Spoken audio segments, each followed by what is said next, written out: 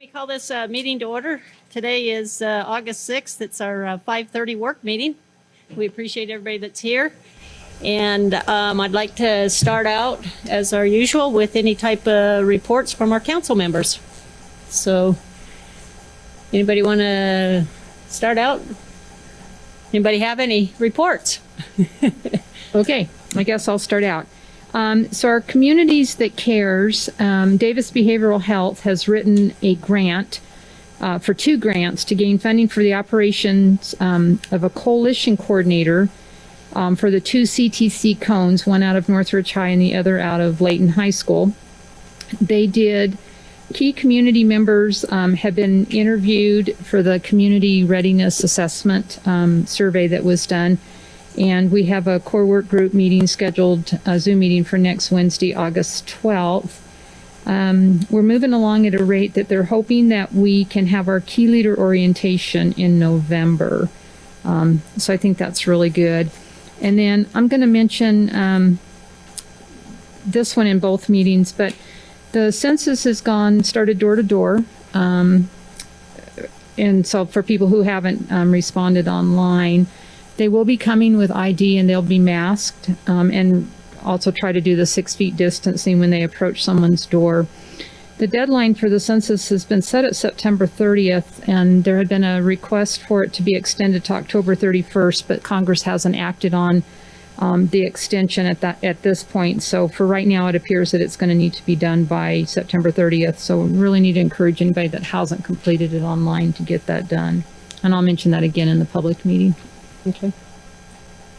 Any other council members have a report?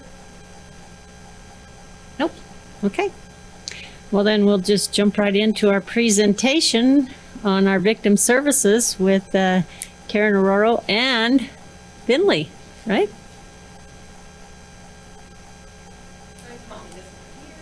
Yeah, step up to the mic so that we can, and one thing about it, since we're recording, if you could kind of speak into the mic real closely so that they can pick up on it.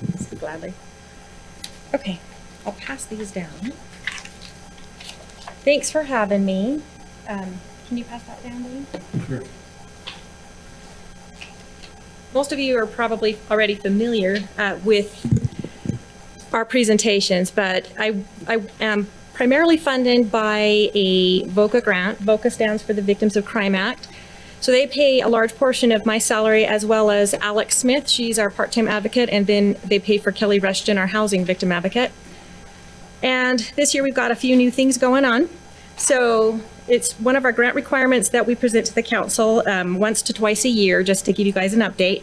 So I'll just kind of run through this handout that I made to just give you kind of a summary.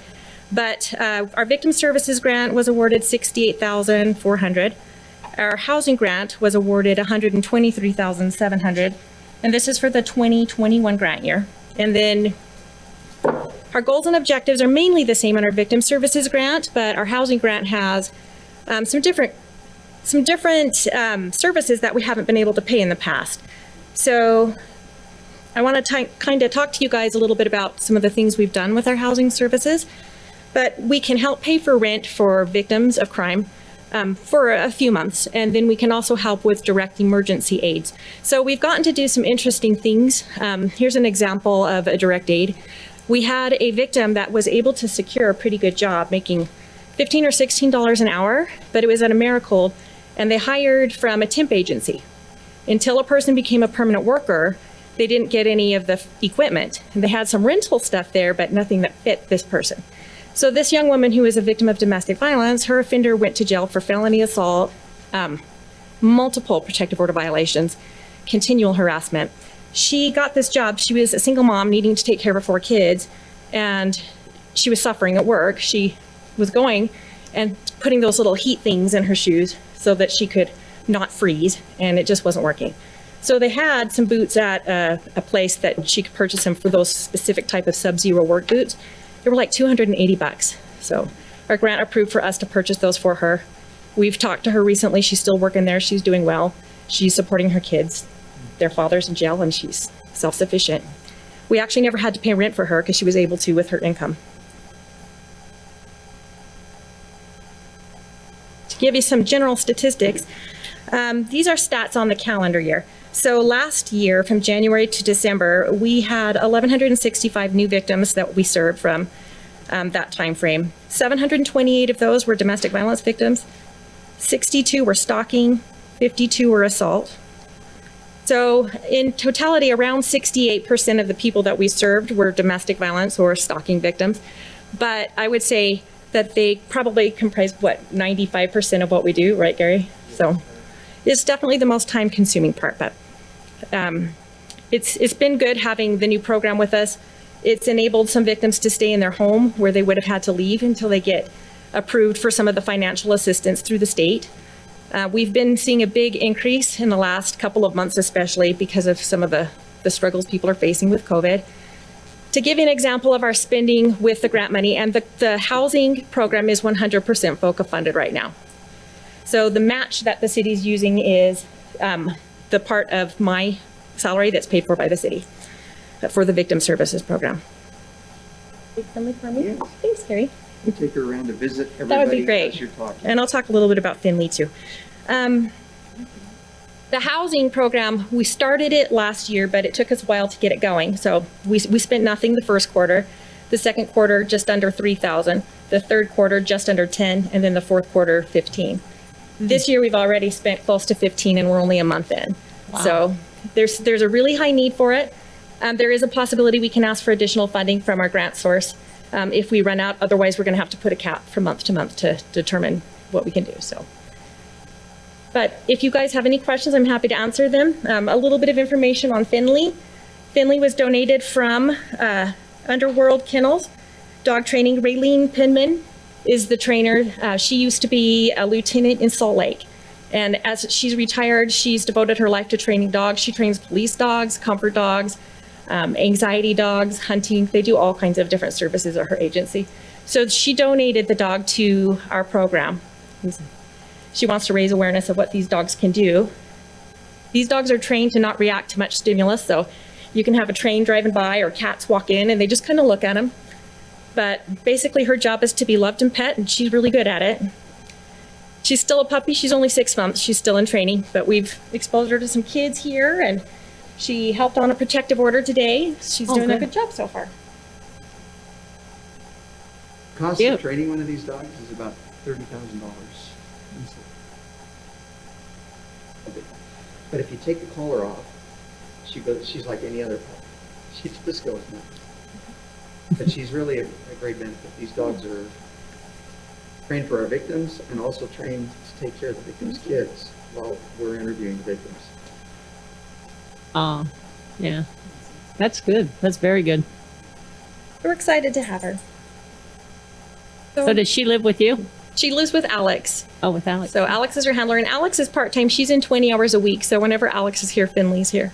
But she's been pretty flexible and said that she's willing to bring her in on any of her off days if we have a child that needs to be interviewed, or if we have a really tough case where she can just give additional comfort. She's going to be introduced over to the police department in their training.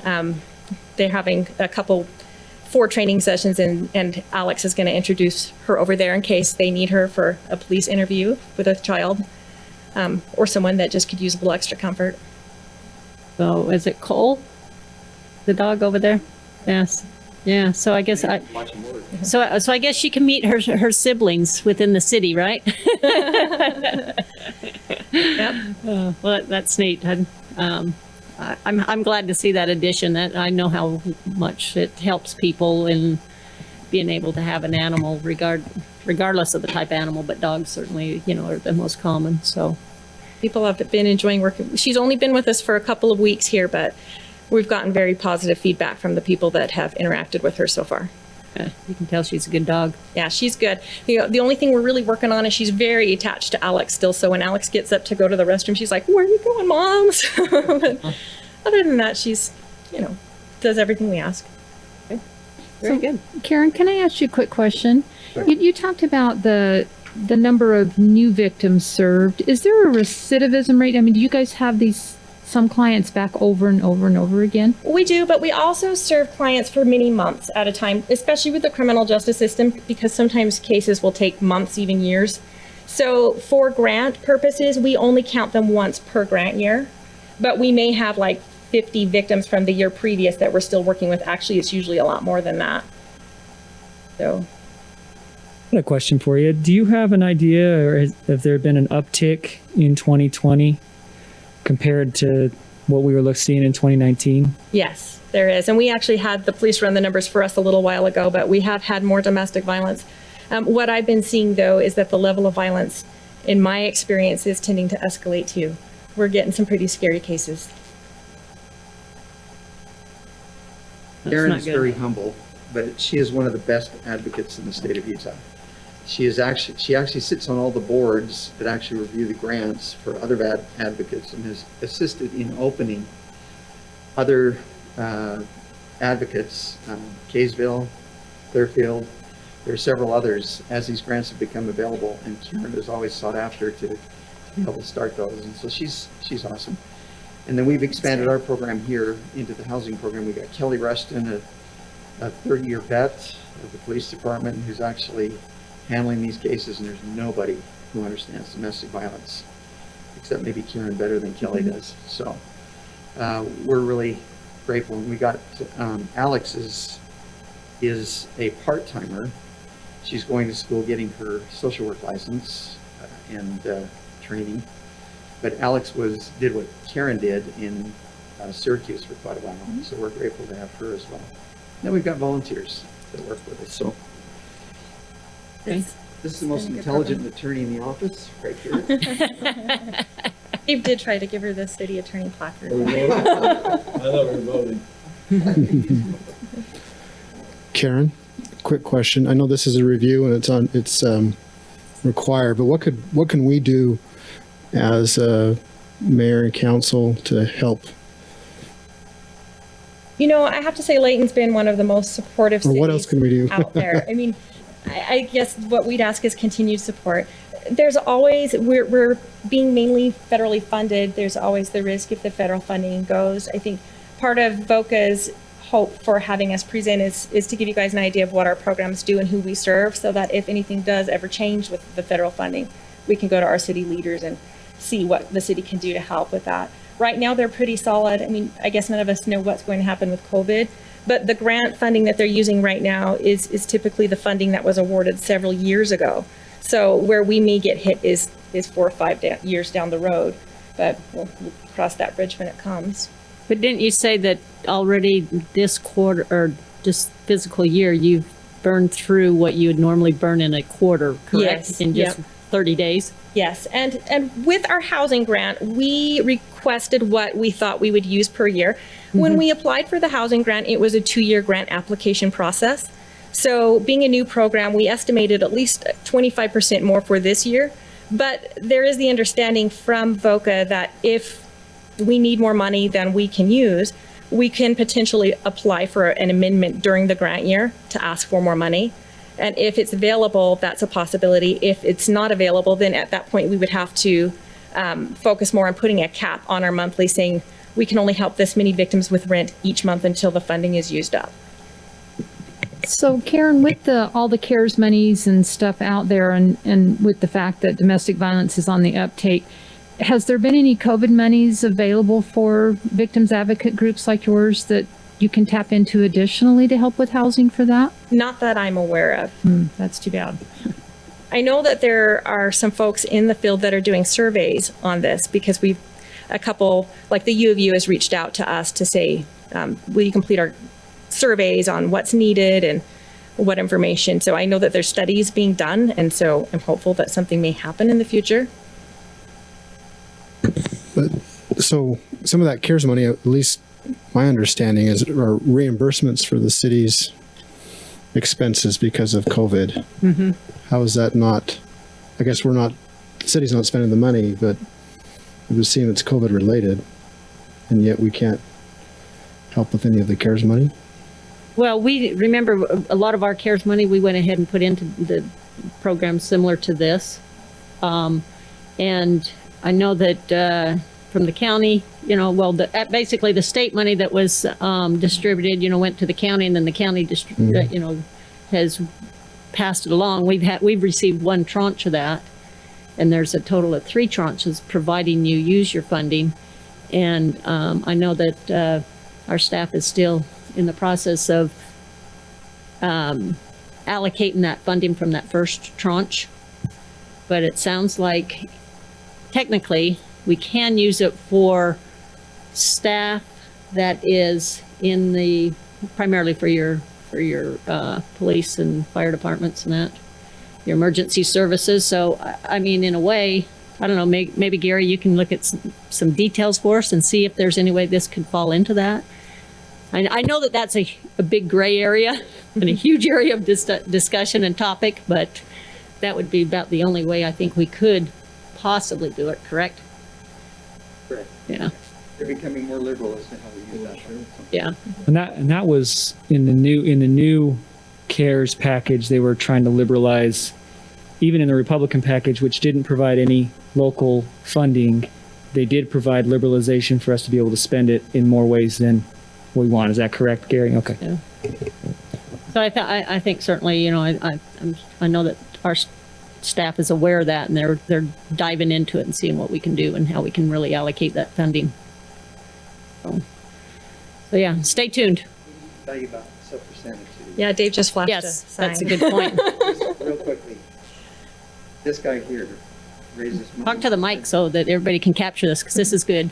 So Dave, for many, many years, has actually funded or through collections from the Employees. Sub for Santa, and he hasn't quit since he retired. But all that money goes to Karen's victims, and we've had some great Christmases for some very, very needy individuals. But every single Christmas, it hasn't stopped. And what he does is epic. I mean, we give him a list of the ages, the genders, needs, wants of the kids, and he and his family purchase it, wrap it, label it, bring it here. The victims pick it up, and they have Christmas. So it's awesome. Thank you. Let's not think that I do this all, okay? I mean, I get money from the city, and then I've got friends that have more money than they need, so I make them pay when. But we used to do it in the city, and people would come to us, and sometimes you don't pick the right people, if you know what I mean. They really didn't need it. But when we found out about the Victims Advocate, you don't have to worry about anything. It's beyond if they need it. It's how much. I mean, that's, you know. It's been really nice for us because when we're dealing with crime victims, they don't know when it's going to happen and they don't plan ahead. And to register for most of the Sub for Santa programs, you've got to register by like 2 to 3 months before. So if something happens in December and someone's derailed, they don't have a whole lot of fallback options. So it's been nice knowing, okay, I can call Dave. And I have to say another thing unrelated to Sub for Santa. We've also called Dave at like 5 o'clock on a Friday and said, hey, can you get food? Because we just never know what we're going to come across. And a month or so ago, we had a lady that we had tried to work with a little bit earlier, and she wasn't ready to leave. Well, she made the move and she left, but because of COVID, her hours got cut greatly. So she called us to see if we could help her with rent. And as we were doing that, Kelly was asking her, do you have food in the home? And she said, I've got some food. He said, what food do you have in the home right now? And she had like a bag of rice and a bowl of noodles, and that's about it. So we called Dave and we're like, I know it's 5 on a Friday, but, and he let us come up and just really helped us make that food delivery. So Again, nice that's having not fun. me, okay? it's who I you mean, know. I answered the phone, but it's through an agency that allows it, yeah. So good resources Don't think are I'm important. some great Yeah. guy. He's a great guy. Just, He has more resources now. yeah, thank you. Sorry, couldn't resist. You're missing an opportunity here, but okay. Any other questions? Thank you. Thank Yeah, you thank for you very having me. much. And thanks for bringing Finley with you so we could meet her. Finley, Finley. my grandkid's name. Same. I know I got a relative in Finley. Okay. Let's see. Let's move on to item number 2, which this will be presented by Steve Jackson, and he's going to give us an update on the extension of the Leighton Parkway to 2700 West. Thank you, Mayor and Council. It's good to be here tonight. I'm going to invite Gary to come up and present with us here as we talk about this project. As you know, we're in the midst of a major freeway construction down the middle of I-15. We're in the midst of a freeway construction on the east side of Leighton, and we want to add to that by discussing the potential construction or the upcoming construction of West Davis Corridor and what that means for Leighton on the west side of the town of city. So I'm going to zoom in here. We are in the midst of purchasing property. The city has approved funding to build Leighton Parkway from 2200 west out to 2700 west. Previously, the city has committed that we would have a road to 2700 west that UDOT, as they built West Davis Corridor, would be able to connect the interchange to. So this is the culmination of that promise, that commitment. As UDOT gets closer to build West Davis, Layton City needs to uphold our end of the agreement and build Leighton Parkway. So we've recruited Gary and his team to help us out with the property acquisitions that we have on this project. And we just wanted to give a brief overview of what we're doing and maybe some of the extents of this project as it pertains to property acquisition and future plans. So as you can see, we've got a lot of different colors on the screen here. And I'll start kind of on the east side of the project here at 2200 West. We're proposing each one of these different colors represents a different parcel, even though the picture behind it shows farm fields and things there.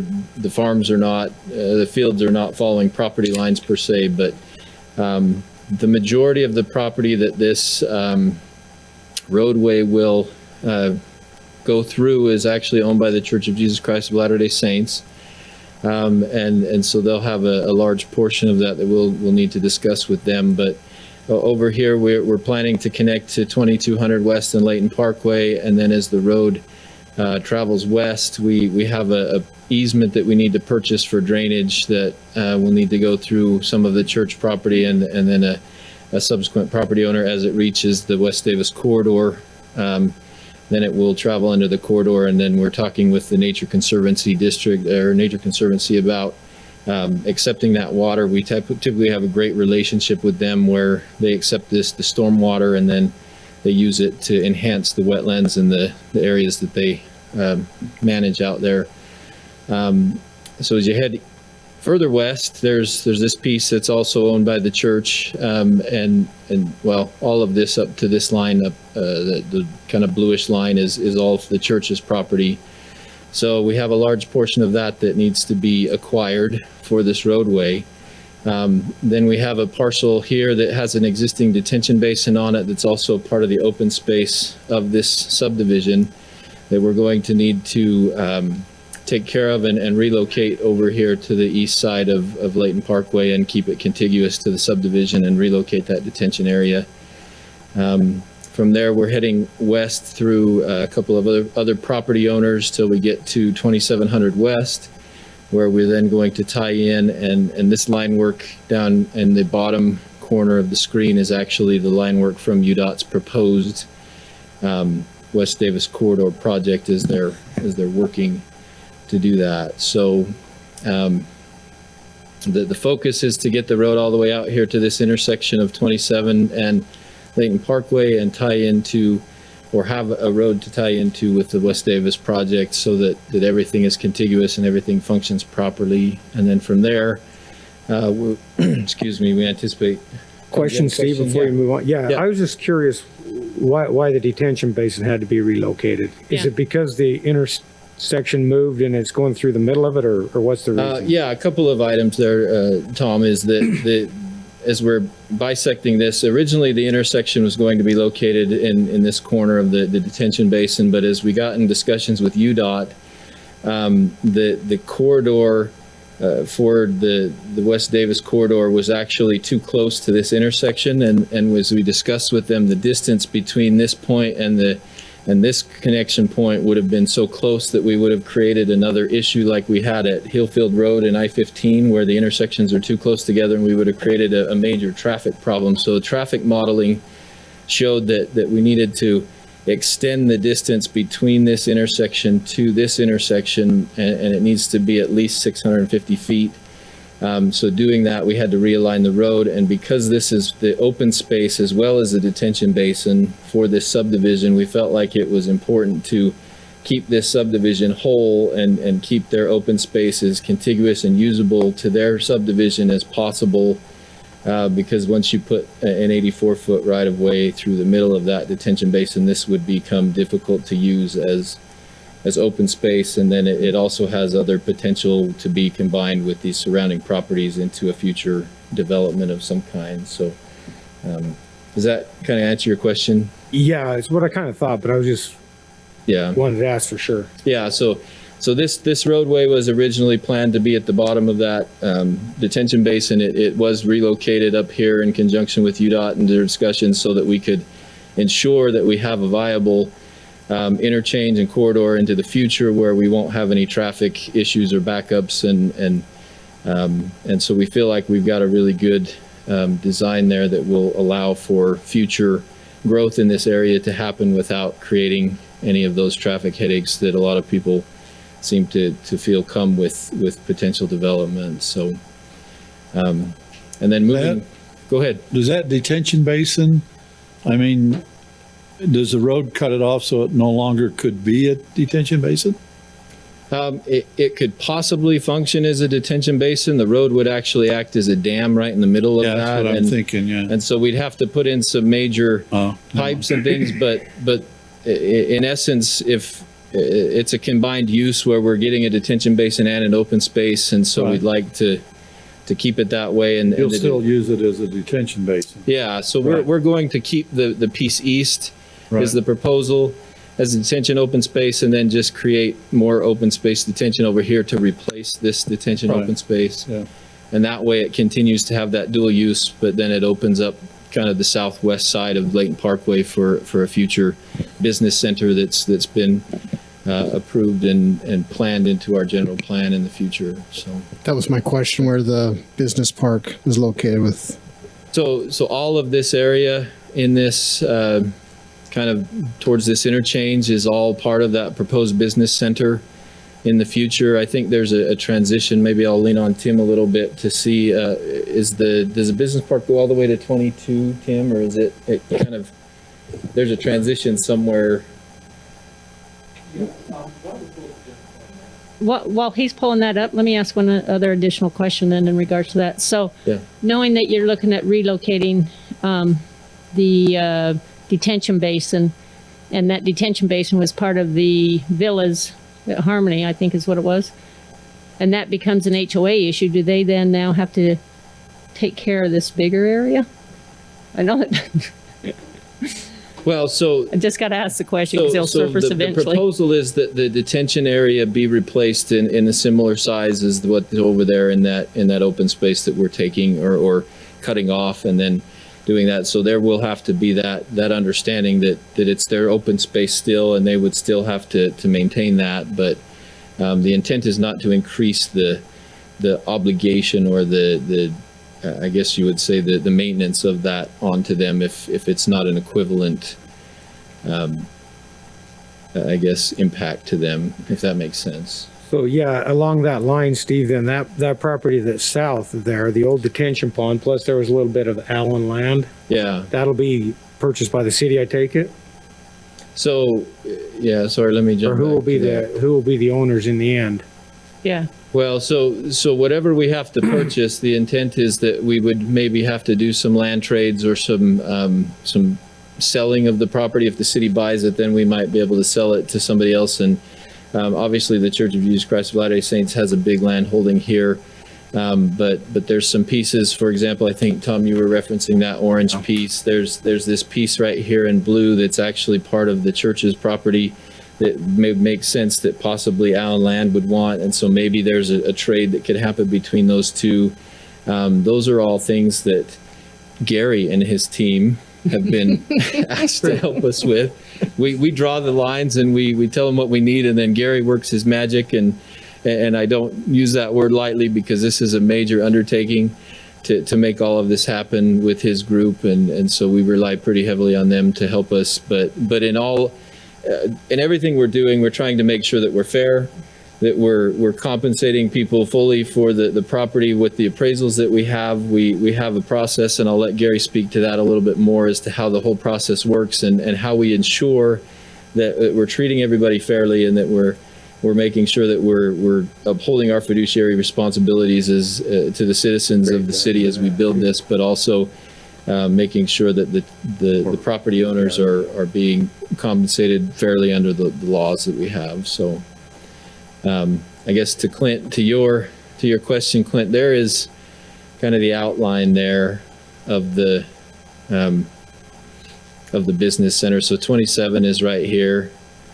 Leighton Parkway is right here. So you can see it's an extensive part of the area that we're looking at. And so it's actually a very big part of our master plan for this West Leighton area. In addition to the funding that the council has already appropriated for this project, we've requested a grant from the Davis County COG for the third quarter transportation funding that they're actually deciding on how to allocate right now. And we've asked for about $11.8 million to help build 2700 West. The request is all the way to Hillfield Road, but we acknowledge that it's a lot of money, and if they would grant us some of the funds, we would be able to at least try and bring this property up to Gentile Street. So What was that figure again? the total request is about $11.8 million to go all the way to Hillfield Road. This section is about 7.8 if we build the entire roadway width. There's options. We can split the road into kind of a half width like we've done on Hillfield Road. The proposal for Layton Parkway to build it is a half width right now with additional width added as development occurs. So then moving north on 2700 West, we're trying to split the section line here. There's the drainage pipe that we affectionately call the jungle ditch. It drains all of the water from up north all the way through down to the Nature Conservancy. So, excuse me. So there's a couple other Allen Land, Mike Clondrianos, and then Susan Chen is a property owner here on the corner, owns a little piece, and then the remainder of it is the Church of Jesus Christ of Latter-day Saints. So with that, that's kind of a brief overview of where we're at with the project, or at least the property takes that need to happen, the acquisitions. But I'm going to let Gary kind of speak to the process of where we go, how it works, to kind of remind everybody what that process is and what the property owners can expect as we move forward. So is Susan Chen the most recent owner there? Because that changed hands within the last couple months. Yes. She's the new owner? New owner, yeah. Yeah, so we've done this many, many times in the city over the years, and we work very closely with engineering and also planning to make sure that we come up with the best result both for the city and for the citizens that are involved in these situations. Our first approach is to notify everybody. And so we've gone ahead and everybody along that corridor has been notified now. And we've sat down, we've gone out, we visited with them. We don't begin negotiations yet, although we do have some concepts and some ideas and get their thinking on things like trades. You see that area up there that may be consolidated or assembled to make a better piece for development, and we may end up in doing some trades in that direction. So the first step is to notify everybody, and the second step then is to agree upon an appraiser, and the appraiser actually goes out and walks the property with the individuals involved. We're not going to appraise every single piece of property because we've asked the property owners whether they want their property appraised or whether they're willing to live by the appraisal. For example, the church owns a lot of property in there, and if we evaluate the cost of that property, chances are another similar property right across the street doesn't need to be appraised as well, because takings appraisals are very, very expensive. So as long as we come to an idea of what fair consideration or fair market value is, then we bring that back to you. And we give you the opportunity of taking a look at the situations that we've managed to come up with, and you must give final approval to those. Typically what the city council has done is to give us some flexibility within a range of of the appraised value. And typically it's about within 10% of the appraised value, we can go ahead and begin to make offers on these properties. But we would once again bring those values back to you, show you what we've done. There is always a threat of eminent domain over the heads of anybody whose property is being acquired, and we realize that and recognize that. We comply with state law by, at the very earliest opportunity in negotiations, indicating that there is available to these folks an ombudsman who actually deals with these issues. In addition to that, we let them know that I cannot make a decision as to what price or what type of situation I can arrange for these folks, because it's you that actually makes that final determination. And so I must let them know that up front as well. And then we put together the appraisal. We'll bring the appraisals back to you and the result of our negotiations back to you. There is an opportunity during a public meeting for the individuals to come in and make any comments that they wish to make regarding how the negotiations are going. And sometime before we ever would even consider the E word, which is eminent domain, that must take place. But I've got to tell you, in my entire 30 years here with the city, that we have only used eminent domain twice, and in both of those cases they settled before they actually even began litigation. And so really, when it comes down to it, we don't like it, we don't use it, we tend to want to be able to negotiate that rather than use it. Just to give you an indication of how fair the councils have been in the past, I remember doing some acquisitions on Fort Lane years ago, and we used two different appraisers. We used one on the south end of Fort Lane and one on the north end of Fort Lane, different appraisers. And they came up with a different result as a result of what's called proximity and severance damages. And I remember going to Alex and saying to him, you know what, these property owners are getting much less than what the property owners to the north did.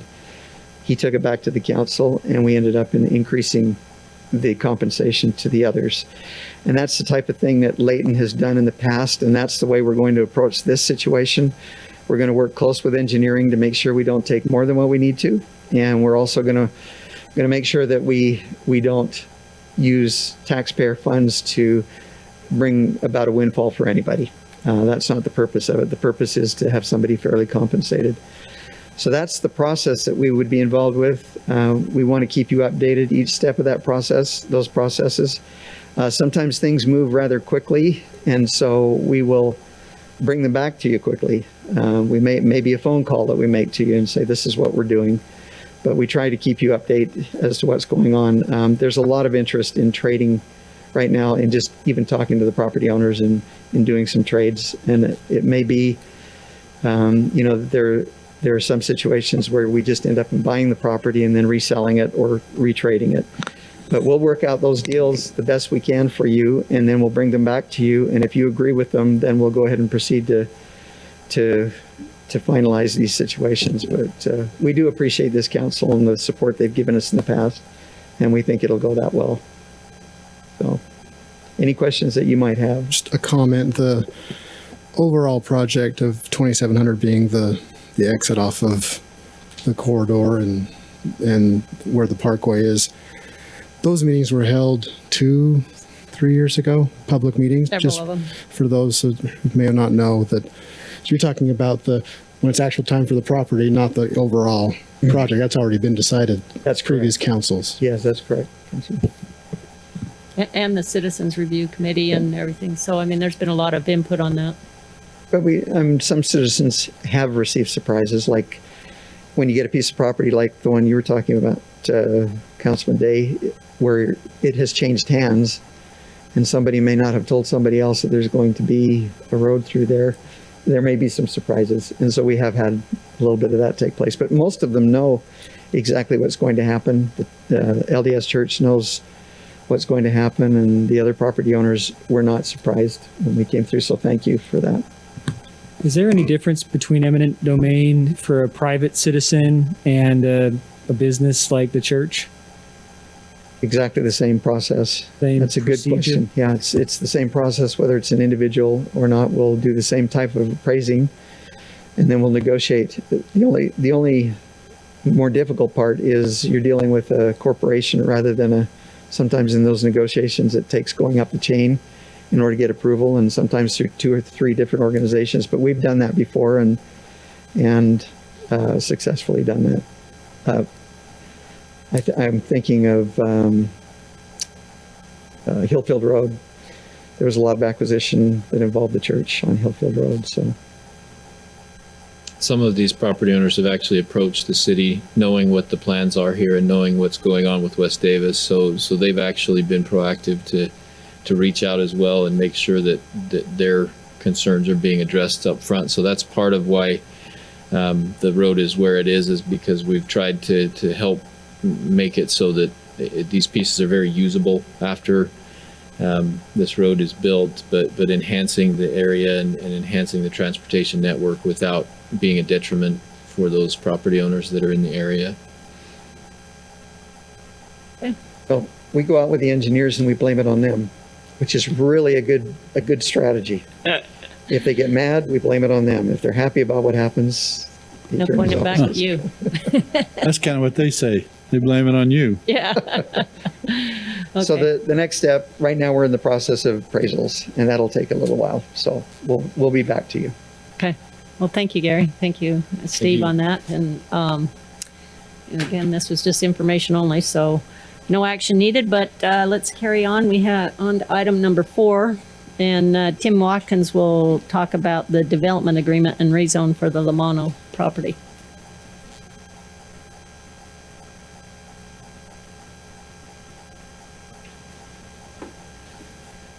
Thank you and good evening. Good to be with you.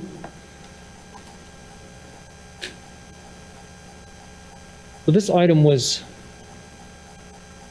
this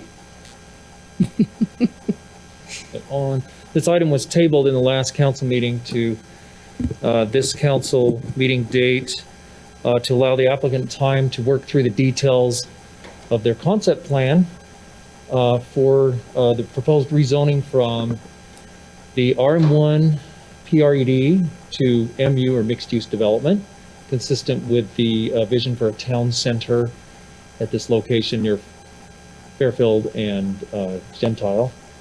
This is the existing concept plan, and what you see here is the work that the applicant has done to identify recreational amenity features and locations on the site.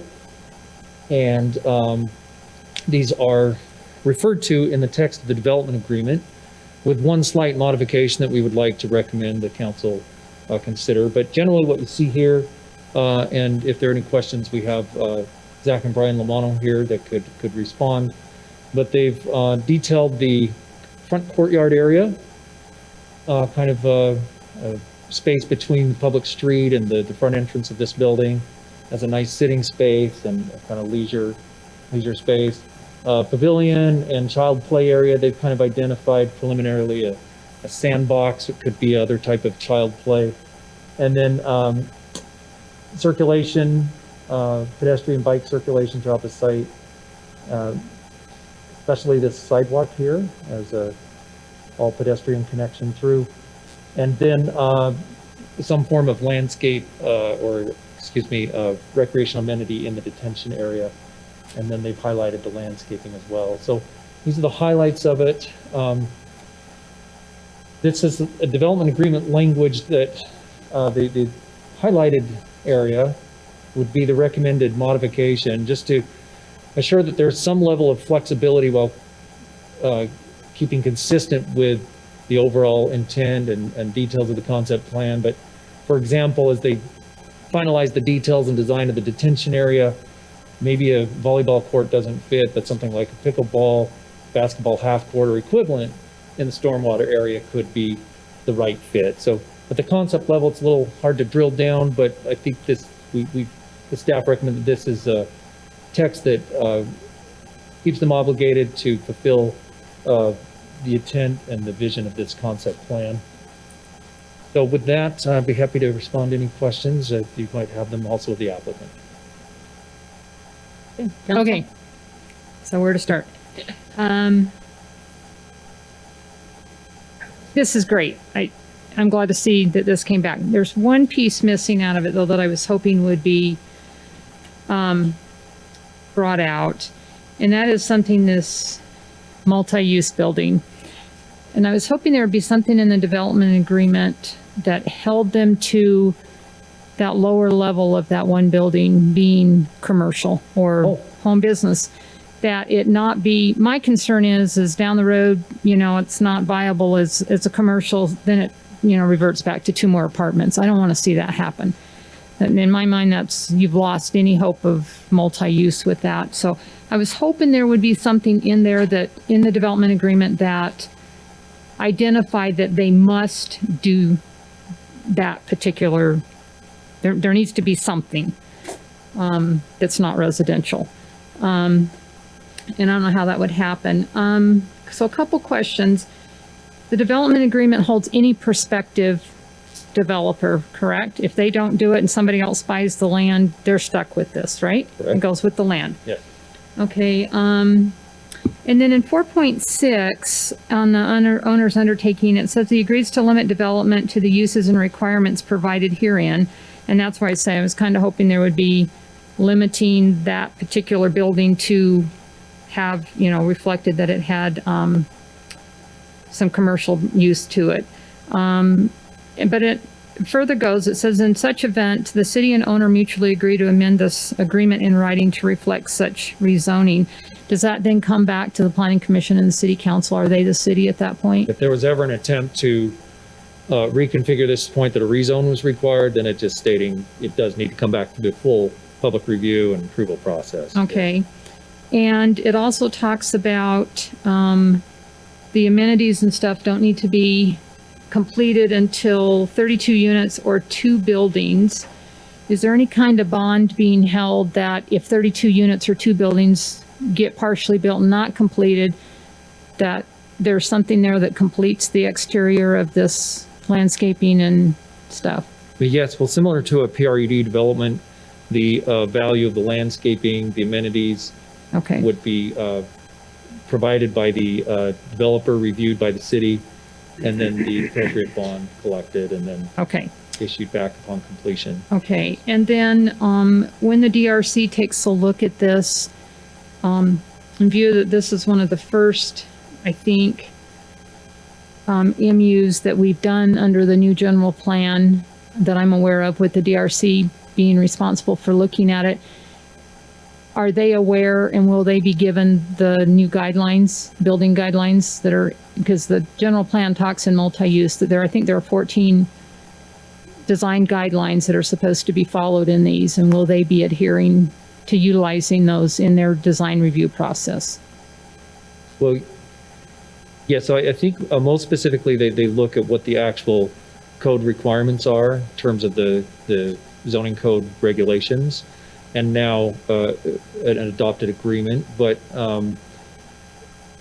yes, I think it'd be great to refer to the general plan to show what Okay. this is intending to adhere to those. Like I said, I kind of think this might be the first one we've done since that one's been implemented. And I will tell you what I was really pleased to see, and I hope in this 4.1.1 that it doesn't alter in any way, and that is that courtyard on the building that fronts Gentile. One of the concerns I had about this project is that it places that building awful close to the street. I mean, it potentially could be, right almost on the sidewalk under those kind of guidelines in the town center, where the PRUD they had before pushed it back. And that's why I was a little bit more comfortable with that. This is a major intersection. This is a major traffic area. And I would hate for that building to be so street fronted that it's a danger. This courtyard, I think, is a nice addition to that building that sets the residential doors a little bit further back from the sidewalk, which is, I think, a very positive thing in the design of that. So kudos to whoever came up with the courtyard, and I would hope that that does not fall out of this plan at all, that building is protected with that courtyard. Correct. I think that being consistent with is the key term with the exhibit, which is the plan and the mention of the courtyard area, then that is a regulatory requirement. So, Okay, great, because I know sometimes we build things, and I know from being on the planning commission before, I'd go back and go, did we really approve that? Because things do change when you get into utilities and all kinds of stuff as to whether or not it can happen. But that's one thing. I mean, great. I want to see all these other amenities, but that one in particular, I think, is great in the fact that it provides some protection for those front doors right there on Gentile. So I think it's great. Any other questions or comments? Yeah, so along that line, Tim, does the wording there guarantee that that's going to happen, the courtyard?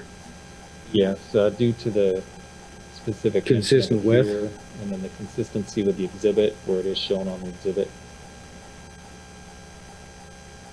Okay, so I'm pretty good with everything except for I like the modification because I personally don't think the volleyball court's going to work back there. I think a basketball court would be much better. And I think even the Bowery, if you look at that area, I mean, the whole site's only 2.1 acres. That's not going to be a very big Bowery there. Maybe the Bowery could even be moved off to the west there somewhere to make it a little larger, a little more whatever. Yeah, in discussing this with the applicant, I mean, they did a quick turnaround, and I think it helps spell out the potential of this.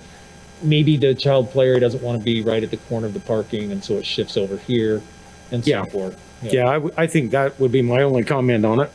I personally don't care about a dog park, but I think you've done a good one here with that. Okay. So is there any way in when we do this, and maybe this is a question for Gary, under our options, can we make any change or recommendation for some wording in the development agreement that there has to be commercial space, live work unit, something that's going to prevent part of that building from being down the road just turned into another apartment building? Otherwise, I don't think this qualifies for multi-use zoning if it becomes just all apartments.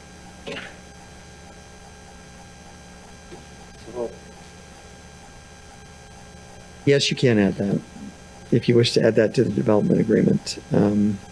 Just that it would be a contractual obligation that the developer and anyone who buys this piece of property after him would have from that point forward. And so if the city were to enforce it, it would be based on that contractual obligation under the NDA or development agreement. So that's building 4. So if a motion's made, it would just be to, Approve the agreement. and then with building 4, having some language to Comport with the commercial standards the under the commercial. end user. Okay. Yeah, and to be specific, what is proposed is a shared conference room, which just kind of provides the opportunity for e-commerce, shared economy kinds of entrepreneurialism to meet a client and customer there. And then 2 live work units on the ground level, which have the flexibility that if someone does want to operate a home occupation there, they can, and they're designed to relate to the street and the public. And so it doesn't necessarily, the proposal is not that they shall be commercial all the time, but it at least provides that opportunity. And so this is the steps towards and into the commercial realm and mixed use that we've been encouraging developers to apply to meet the spirit and intent of that mixed use ordinance. Well, I have a problem then if we're going to use the word shall. I think it needs to be that it provides some non-residential. Somehow the wording needs to be that space that's proposed in Unit 4 is non-residential. And that is the shared conference room. Yeah, I don't care what it is, but Okay. I would hate a year from now, the shared conference room didn't work out or the manager's office didn't work out. And all of a sudden we're remodeling it and we're turning it into another apartment because now we have 54 units instead of 53. I want to make sure that there's something in there that allows the unit count to stay at that amount and that space be used for something other than residential. So however that needs to be worded, that's my feeling on it. And I might be alone in that. If I may, Madam Mayor, maybe add some perspective that I think one of the challenges, Gary could speak to it, is that residential uses are permitted under this zone. And so as was discussed in the last meeting, you can correct me, Tim, Chad pointed this out, I think at great length. was that the purpose of the zone is not to say that every specific individual parcel of property that is in the MU zone has to have a mix itself. So what you would be doing, or the council would be doing if you do that, is though you can do it legally, is you'd be excluding a use that is permitted on its face by the zone. The other thing I would give you as just a little bit of perspective is the council, about 15 years ago, a council went through a similar exercise on a piece of property that was north of Antelope Drive, up north of Rumby Island Grill. And at that point in time, the council, independent of what the developer had asked about, and sometimes it doesn't work out this way, had formed an opinion and required that a building, any building that would be built had to be built and be an office building. And independent of what the market considerations were, that ground sat for 15 years because the market never dictated that. And eventually, after repeated attempts to try to get something to happen in the market, and it was sitting there, another developer came in and built housing on it. That's where the Destination Homes apartments are. So I'm not saying you shouldn't do that, but what I'm saying is that sometimes when we're imposing things in the moment based on our opinions that don't take into consideration market factors or allow some flexibility to that, what we may end up with is you may end up with not a commercial use, you may end up with nothing. And so you have a piece of space that nobody in the market wants to take, and it ends up being dead because the developer has no ability to put anything else. So I just think that's something to consider. But again, from a legal perspective, how do you exclude something that is on its face permitted by the underlying zone? So that's just a thought. So my thought on the whole thing is we have a zoning that sits on that property that is residential, 100% residential.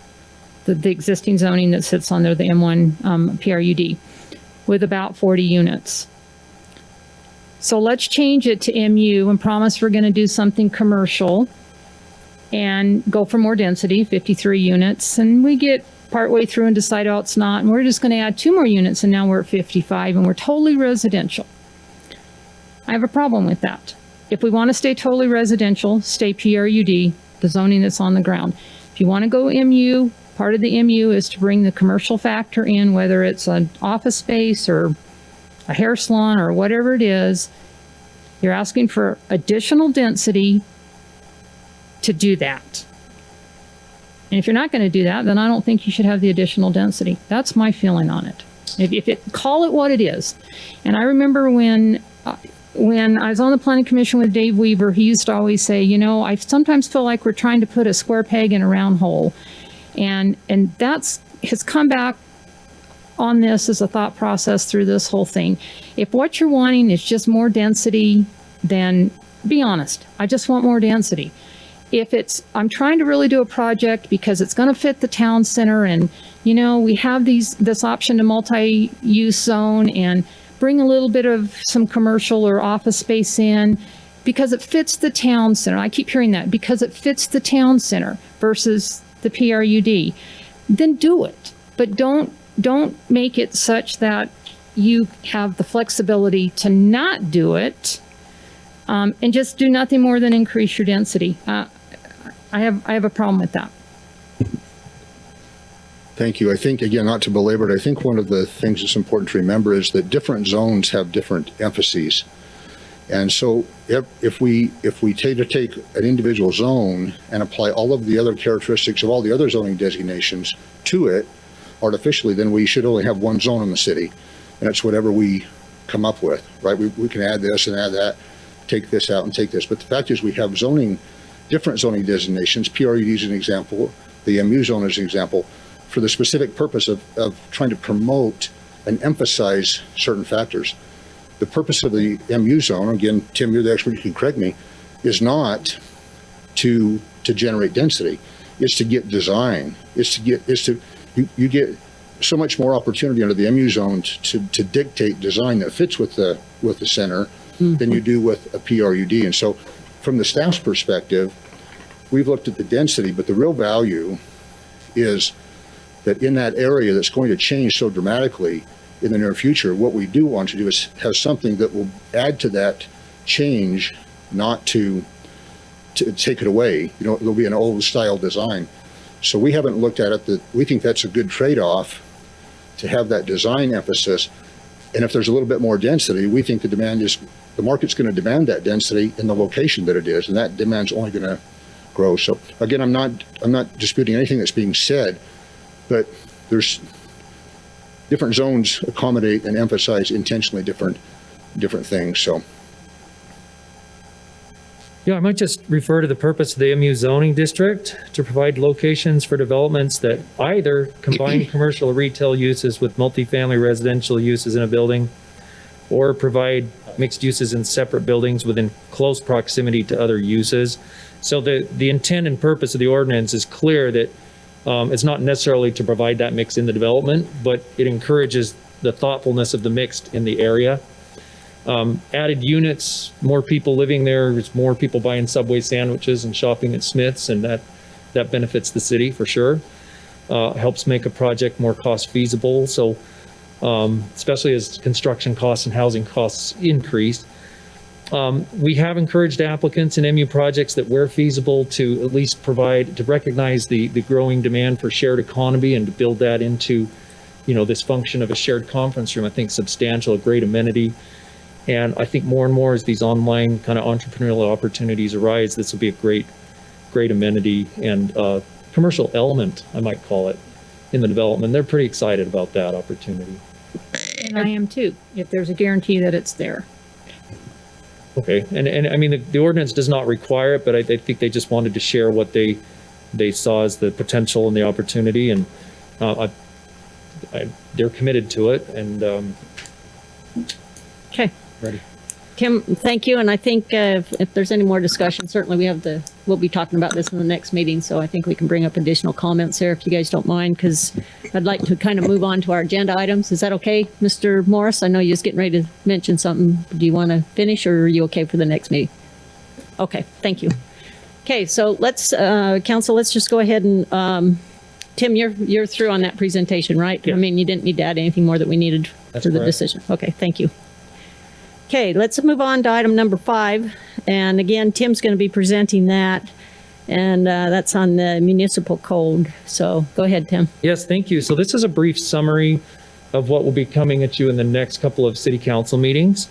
And we just wanted to take the opportunity to provide a bit of a synopsis of the highlights and the importance for this ordinance to be considered for potential adoption. And so there we go. So the Planning Commission recommended approval of the draft off-street parking amendments on July 14th with some suggestions for additional refinement and clarification, and we'll meet with them next Tuesday on the 11th of August. We're working as staff to finalize these refinements, and we'll provide the full document to the City Council for detailed review at the August 20th work meeting. And the general objectives of the comprehensive code amendment are to apply best practices and standards to right-size parking ratios and parking space dimensions, to improve consistency and format of the ordinance, and to create new parking tool options. Decades-old parking standards need to be updated to reflect current parking trends. A more clear and detailed parking ordinance will help business owners and developers understand the city's requirements as they start up, grow, evolve, and invest in our community. Every day, city staff provides reviews for business license renewals and new development to assure that there is sufficient parking supply. Efficient use of land benefits not only the landowners and developers, but the entire community as well. Midtown area, for example, has significant parking vacancies in some areas, and this is an area where the general plan supports infill development for increased economic development and neighborhood vibrancy. Benefits of right-sizing parking standards include more land for business, homes, and open space plazas. Just a kind of a crude illustration on top of this aerial image of the Target parking lot, even in December, which is a seasonal high for the shopping at that location. But with better parking standards, more detail, we can explore and encourage infill development and right-size that parking.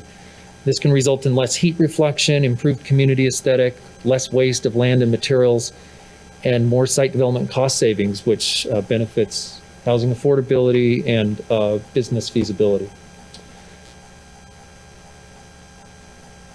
All right, there's some emerging land use trends over the past few decades that are influencing driving patterns and parking demand. These include public transportation options that continue to grow and expand, telecommuting options, especially of interest lately. We see increased housing costs and car ownership costs, and so when available and when possible, more and more choosing to try and own fewer cars. And then a growing trend of e-commerce and retail. And I thought you might be interested to see this recent graphic that, so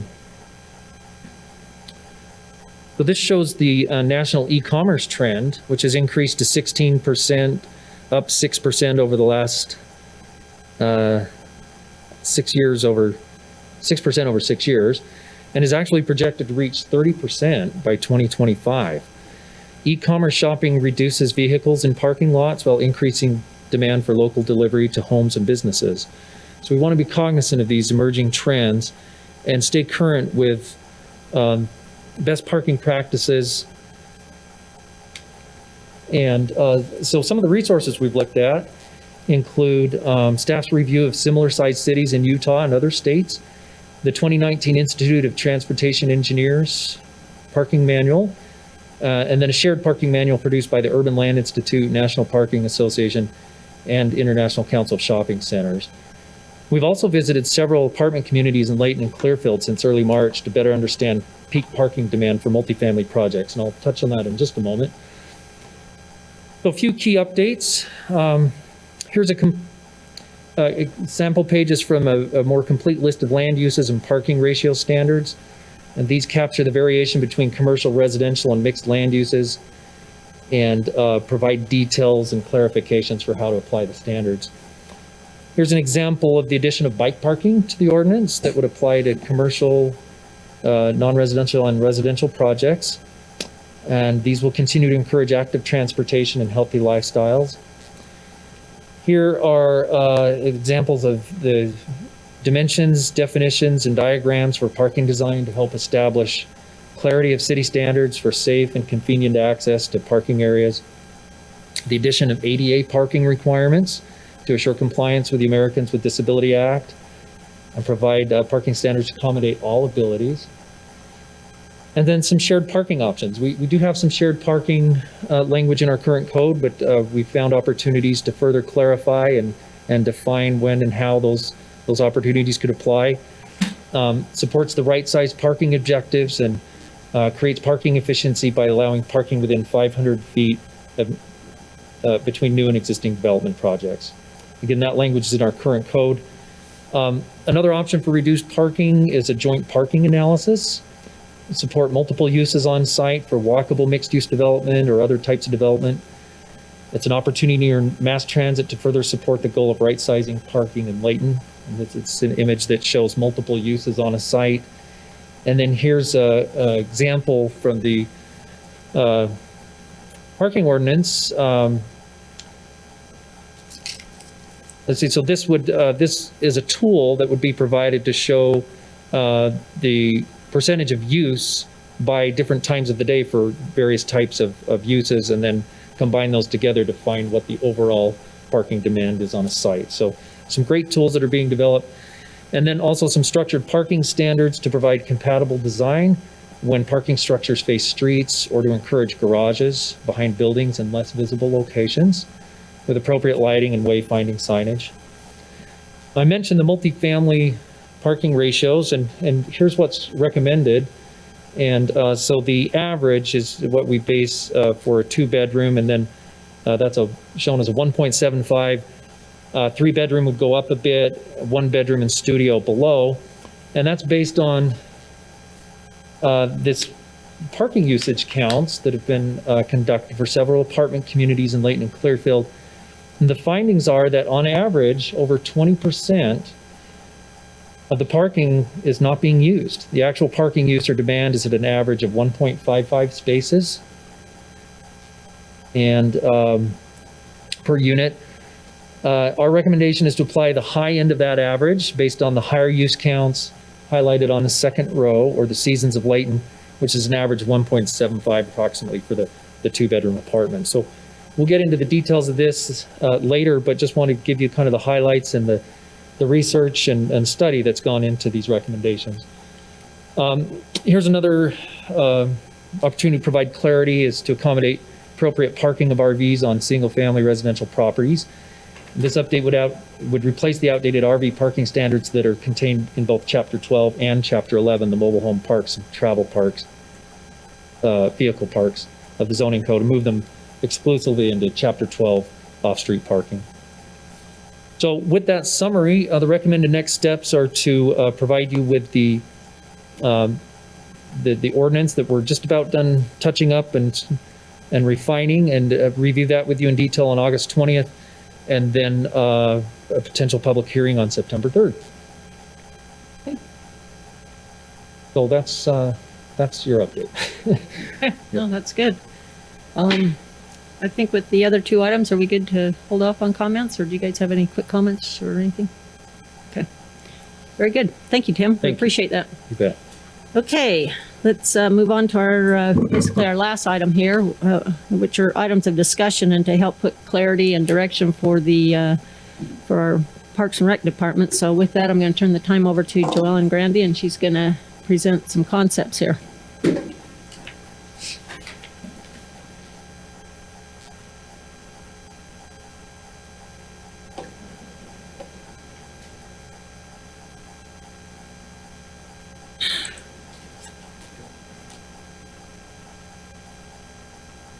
I have bad eyes. I can't see where to do the full screen.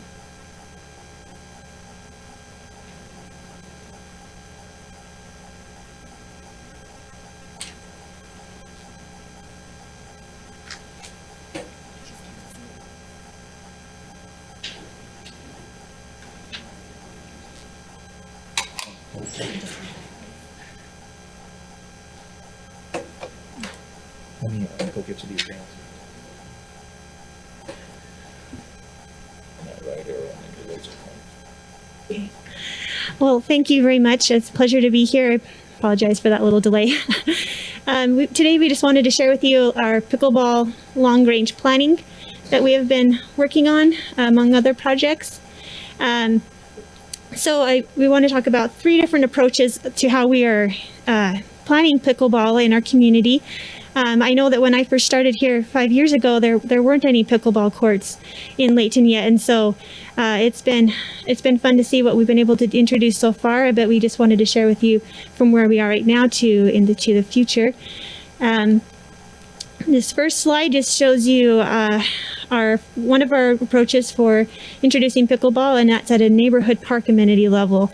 So, similar to what we have at Chapel Park, for example. This is the pickleball courts at Chapel Park, similar to basketball and tennis and softball fields that we have. We see pickleball as another great amenity to offer to our citizens nearby where they live, that they can just quickly go over to it and play a short game with their family and friends.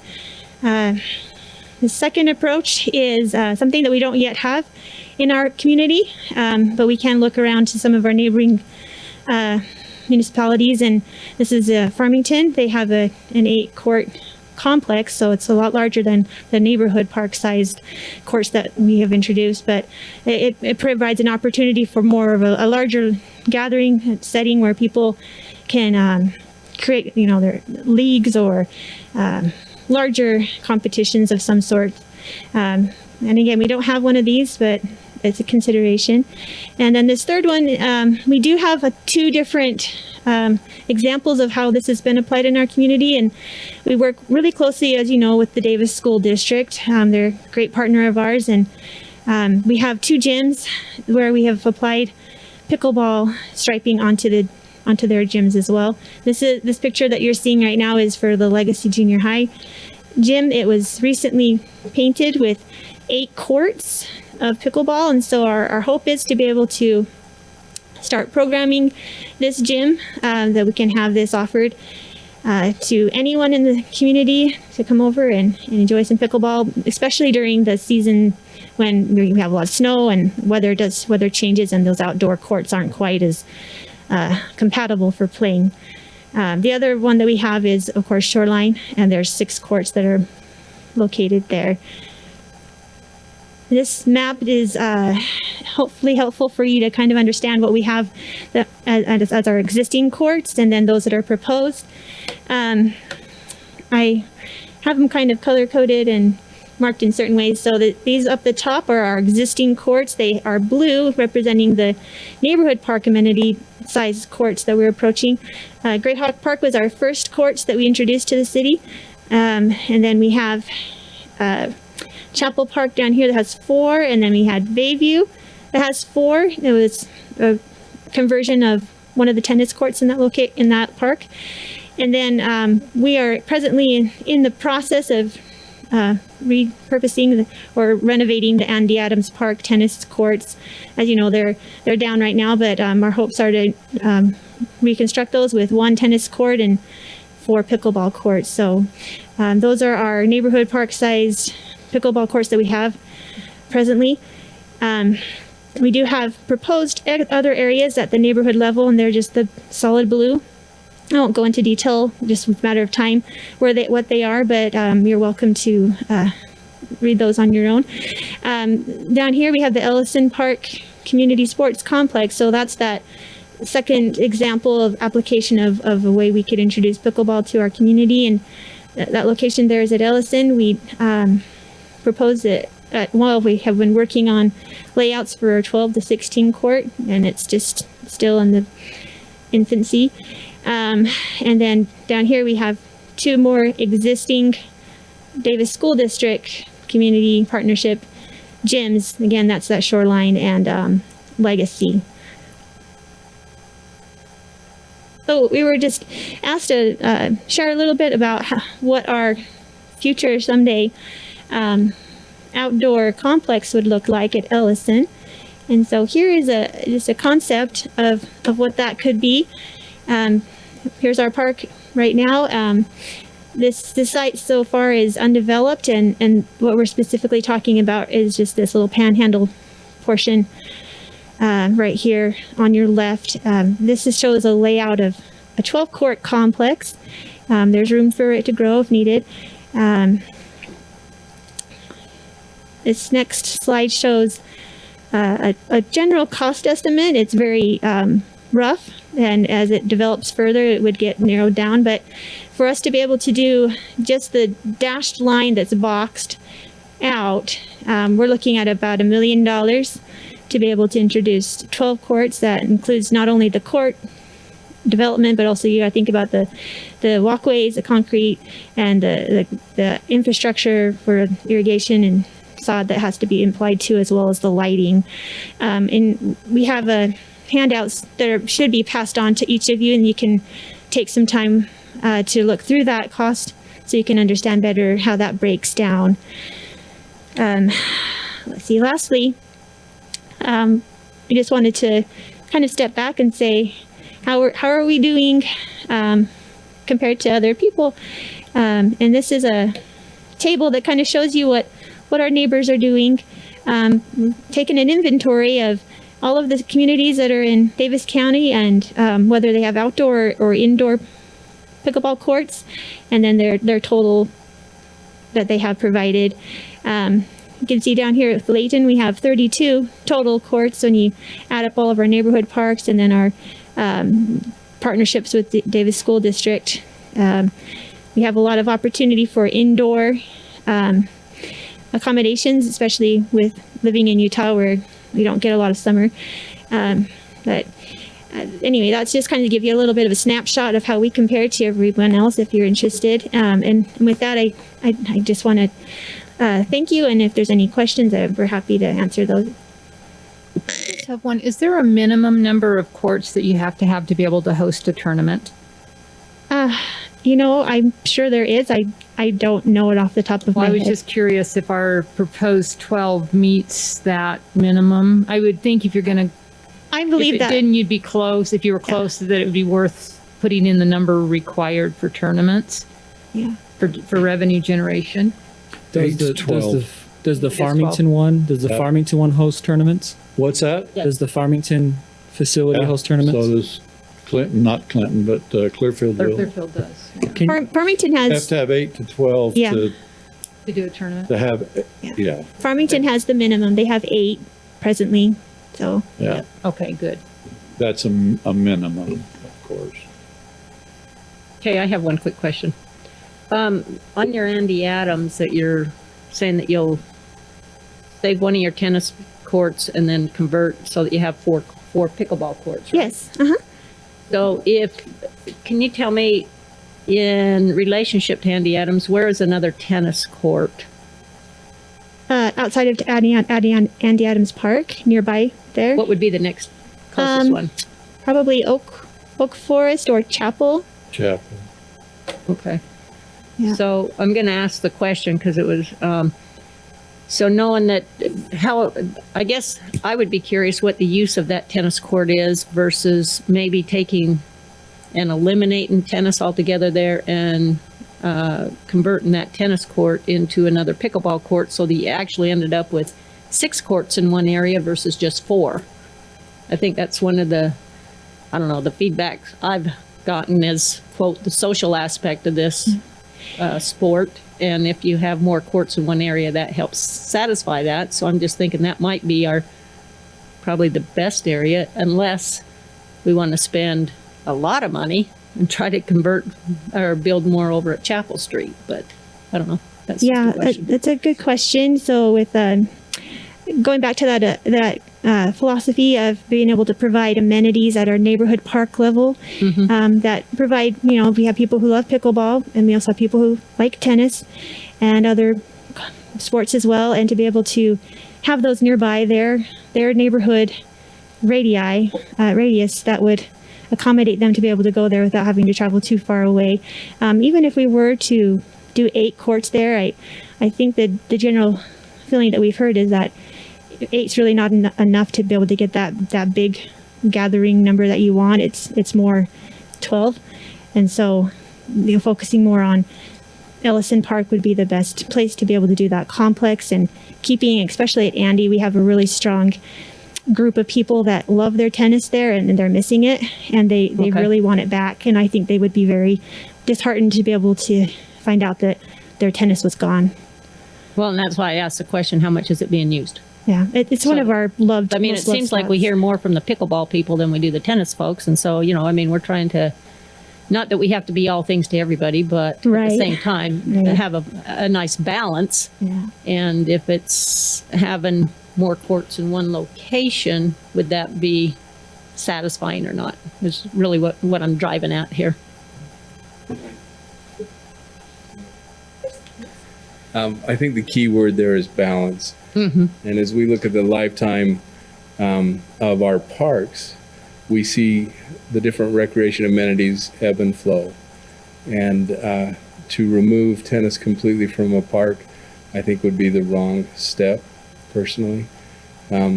If you wanted to put additional courts, so you had an 8-court complex, we have the opportunity at our Harmony Place to do that and still provide tennis and pickleball. But we want to try to keep that balance and the ability for different amenities to be within that walking distance. Okay. Well, as I look at that $1 million figure, I got to tell you that concerns me. Spending that kind of money, and I get the fact that this is just concept. It would be down the road, but geez, if you can convert or add to another area that would be like, well, even half of that amount I'd feel better about, but more like a quarter of that would Yeah, if we, sit better. as a city, if you wanted to add 8 courts in one area, that is, a step towards that big complex, we have areas that we can do that Okay. and still provide tennis. I think it would be a mistake to take away one amenity for another, because in 5 or 10 years, we may see again a fluctuation, and tennis may be more popular. Right. You're, Okay. no matter what you build, it's going to cost you $1 million. I don't care if you want to build tennis courts or if you want to build basketball courts or whatever. You take an amenity down at Ellison and take that amount of land and try and do something with it. It's going to cost a lot of money. Now, whether it's $1 million or 800 or $1.2 million. And to me, if you're going to build something and say, maybe I'm going to add on to it, Ellison's the place to do it, because that's what it's designed for. And to be honest, and I realize everything costs money, but we haven't done anything down there either. And with the exception, we did build a nice, what's that thing called? Muds, blood and beer or something. I don't know. But it was, Okay. I mean, and so, yeah, there's a price tag attached to it, but I think in the long run, I think we're better off putting something like that down at Ellison because that's what it's designed for. I agree, Dave. I also forgot or failed to mention, but there's also a level of noise that comes with those big courts. And so Ellison Park is more fit for the level. Something where you might hold a tournament or do things like that. Of course it is. Yeah. A neighborhood park, you're not going to have the parking. You're not going to have all the amenities that you want. Yeah. If you tried to pull something off, crowd them in there. You could put the courts there, but then when you try to do things, you're going to run into some other problems because they're going to be parking in front of my house and, and then, what I'm like. So anyway, I love, when you say proposed, what does that mean, Dave? Oh, just a concept. That's all. Trying to propose our parks that would So proposed just means we could, not that we're looking at. Right. Yeah. I think what we're driving at here is I think the Parks and Rec staff and Mr. Price here has done an excellent job on identifying different key areas within our Right. city on what we could do and how we could aspire and get to a level.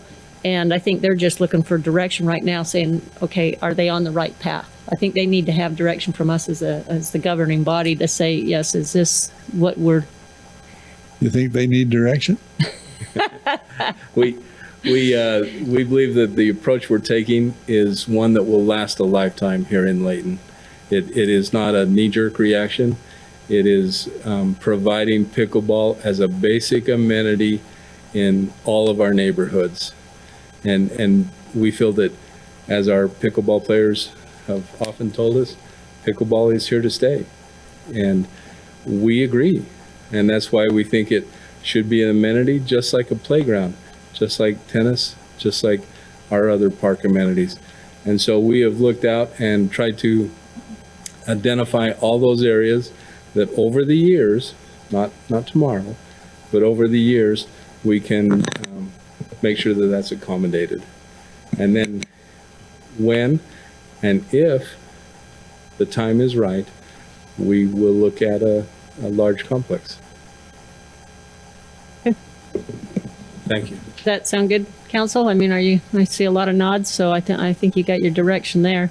Just one more comment. Sure. Since we're talking pickleball and I don't play, okay, I'm too large to fit on those little small courts. But in the future, or even with what we have in the junior highs, we might want to get with some pickleballers and look at that, because there's some issues in there that don't work. And it's nothing overly serious, but it just makes it where they're not, it's hard to play there. And I don't play, but I've gone and watched, and there's some issues there that I think it would be easy to resolve in the course of time. I mean, not tomorrow and not whenever, but just some little tweaks in it. Of course, No. we'd be glad to, and we always are wanting to hear and get better, improve. I know you're great. I mean, Joe, you know, and I just say that so it's said, so that we, can maybe look and not just think that this is the way it should be because it fits well. You know, it's kind of like when we did the park at Ellison and we drew up all the little stuff and put it all in. I had the best idea, you know, but it wasn't built that way because somebody else really had better ideas. But, you know, I thought no one's smarter than me. I played softball for 1,000 years, but they were, so. Okay, well, thank you, and I think these guys are aware of some of those issues. I'm looking at the clock here, and actually we do need to get to move on to our council meeting. May I ask, knowing that looking at our agenda items here for the council meetings, would one of you be willing to stay and perhaps we can cover the last item afterwards? Okay, thank you. I appreciate you accommodating us here, and Of course, thank you. that'd be good. Okay, council, do you need a break? Stand up before I move on, or you good? Okay, no comment. I'm moving on. Okay, I'd like to transition now then into our regularly scheduled council meeting for August 6th. Typically, we'd start at 7 p.m. We ran over our last meeting just a hair, so we're starting at 7:03. Mayor, can you hold on just 1 second? Sure. I forget about the recording, so I apologize, Kim.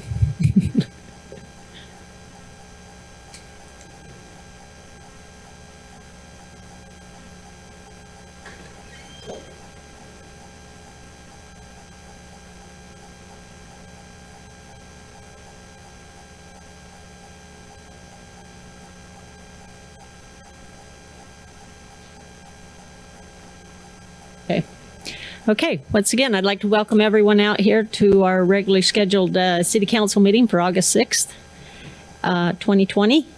And as customary, we usually, I'll call this meeting to order.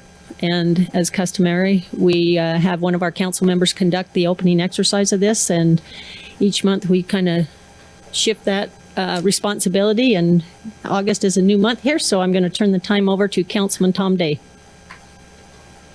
I'd like to invite everybody to stand and repeat the Pledge of Allegiance with me.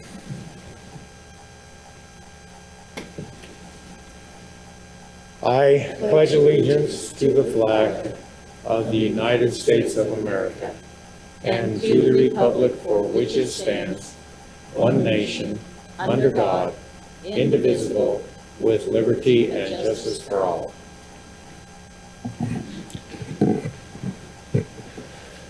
I'll now offer the invocation. Our Father in heaven, we're thankful this evening to be here in the city council meeting. We're thankful for this nice city and this nice area we have to live in and the many blessings that we have been blessed with here. We're thankful for the peace and the tranquility and the general good living that we have here in this city. We're thankful for thy blessings upon us always. We ask you to continue those blessings upon our city and watch over our first responders and watch over all of our residents wherever they may be. Bless us this night in this meeting that we might have thy blessings upon us, that we might come to the right decisions and discuss those things properly as we need to. And this we pray in the name of Jesus Christ. Amen. Amen. Okay, thank you, Mr. Day.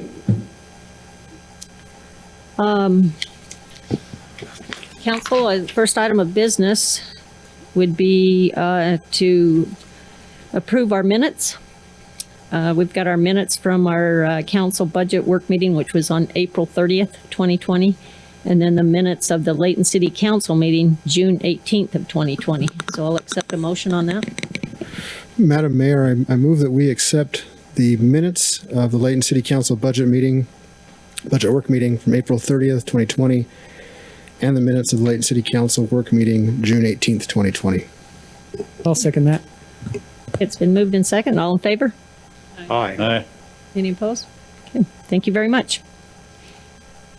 We'd like to move on to any municipal events at this time. I know in the past we haven't had a whole lot, so I'll turn the time over to the council for any of those. Okay, just a couple of items. One, on the 2020 census, it's still going on. And they're going to start with, the government's finally going to start with the door-to-door solicitation from the the census takers, and they will be coming to doors properly identified and wearing masks. And so just kind of asking the residents to please participate in that. The funding that we gain from the census is very important to the running of services for our residents. The government it's been requested of Congress to extend it, and that has not happened yet. And so currently we have until September 30th. You still have a chance to go online and fill in the online census. And we really request that anybody in the city that still needs to do that, to please take that opportunity to do that. And the other thing I just want to take a little bit of a privilege on, as far as an activity coming up in the city that the city is not sponsoring, but it kind of relates to our communities that cares. One of the tenets of our communities that care is drug abuse prevention, and drunk driving kind of falls into that category. And I think most of you are aware that about a week ago we had a young lady in Syracuse, from Syracuse, who was critically injured in an accident by a drunk driver. 4 teenagers from our county were hit head-on coming out of Logan Canyon. And the one young lady has had some life-altering injuries. And as a support for her, there will be some drunk driver education going on this coming Saturday, August 8th, at 1464 West Gentile Avenue at 10 a.m., and it's going to be done in conjunction with a fundraiser for her family. So if anybody would like to attend that, like I said, to learn a little bit more about how we can possibly help prevent drunk driving, that would be, I think, an activity worth attending. Okay. Thank you, Councilman Fitzpatrick. And I can tell you, if you haven't done so on that census, it's very easy and quick. Doesn't take very much time at all, so I highly encourage everyone to go online and fill out that information. So thank you. Councilman Morris. Yeah, I just wanted to add to what Councilman Fitzpatrick mentioned. That same young lady worked at Soda Crazy here in Leighton, I found out today. And so on Monday, August 10th, I'll be hosting a fundraiser as well for her. A portion of the sales that happen that day will be donated to that family. So she's local ties as well. I'd just like to mention something that was shared by some of our state leaders yesterday in relation to COVID-19 rent and utility assistance. So they've kind of expanded and liberalized some of the rules to be able to qualify for some of these programs as the federal subsidy for unemployment is expiring. And the rule is if a renter or if you are a renter and your income has been impacted by COVID-19, you may be eligible for assistance of up to $2,000 per month in rent and utility subsidy. There's some household and some area median income restrictions that apply, but it's as easy as dialing 211. You can find whatever local agency in the area, Leighton, that may be able to assist. And I would just urge people to take advantage of these programs if you can. These direct pay programs have the biggest bang for their buck because it can help keep you in your home, keep you able to be providing for your family. So again, 211, you can dial a local agency and hopefully be able to get some more information and get some assistance if you are in need of it. Very good. Thank you for bringing that up, because I know that there are a lot of folks here within our boundaries that could use that assistance. So, Councilor, are there any other municipal events? Okay. Well, thank you very much for helping educate our citizens on the various things going on around here. Now, what I'd like to do is turn the time over to our citizens. So if there's anyone in the audience that would like to come forward and have a comment that's on an item that's not on the agenda, you're more than welcome to do so. We've got a mic on each side of our podium, or a podium here with a mic on each side. We ask you to just please state your name and your address and speak into the mic should you want to make any comments. So the time is now yours.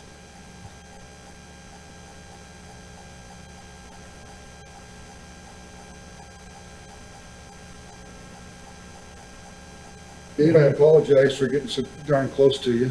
Okay. There are a couple of big guys here. Ugly has no. Yeah, you said it.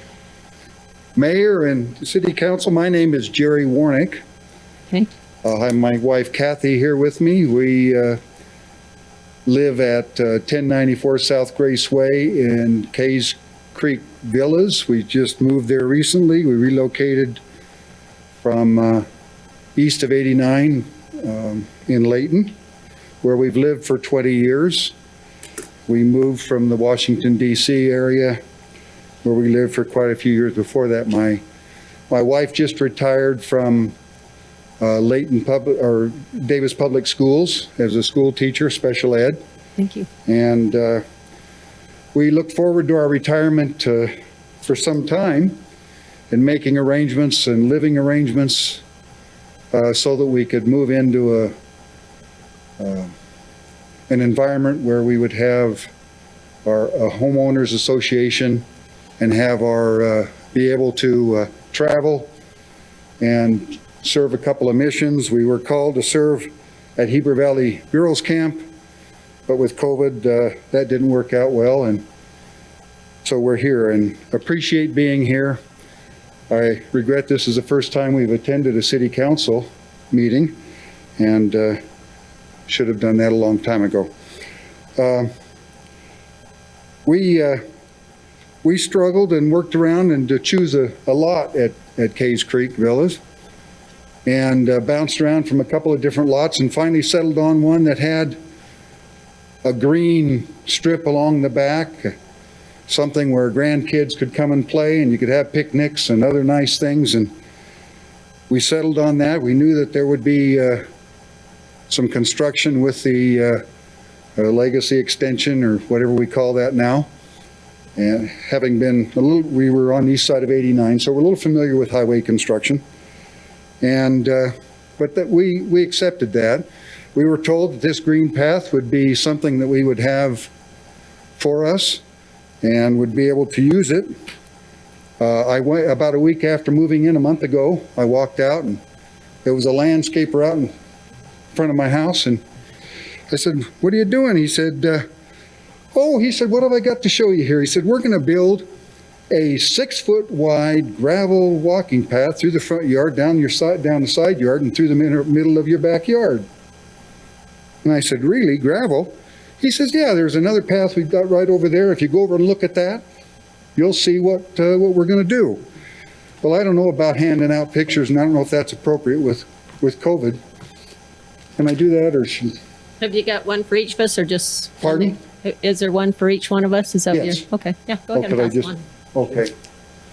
The picture that I've got on the front is the pathway that I went over to look at, that I was going to be happy about having through our yard, that would basically shut down the yard for any other kind of activity. So I called it a mud bog, which is what it was. My feet got stuck in the mud.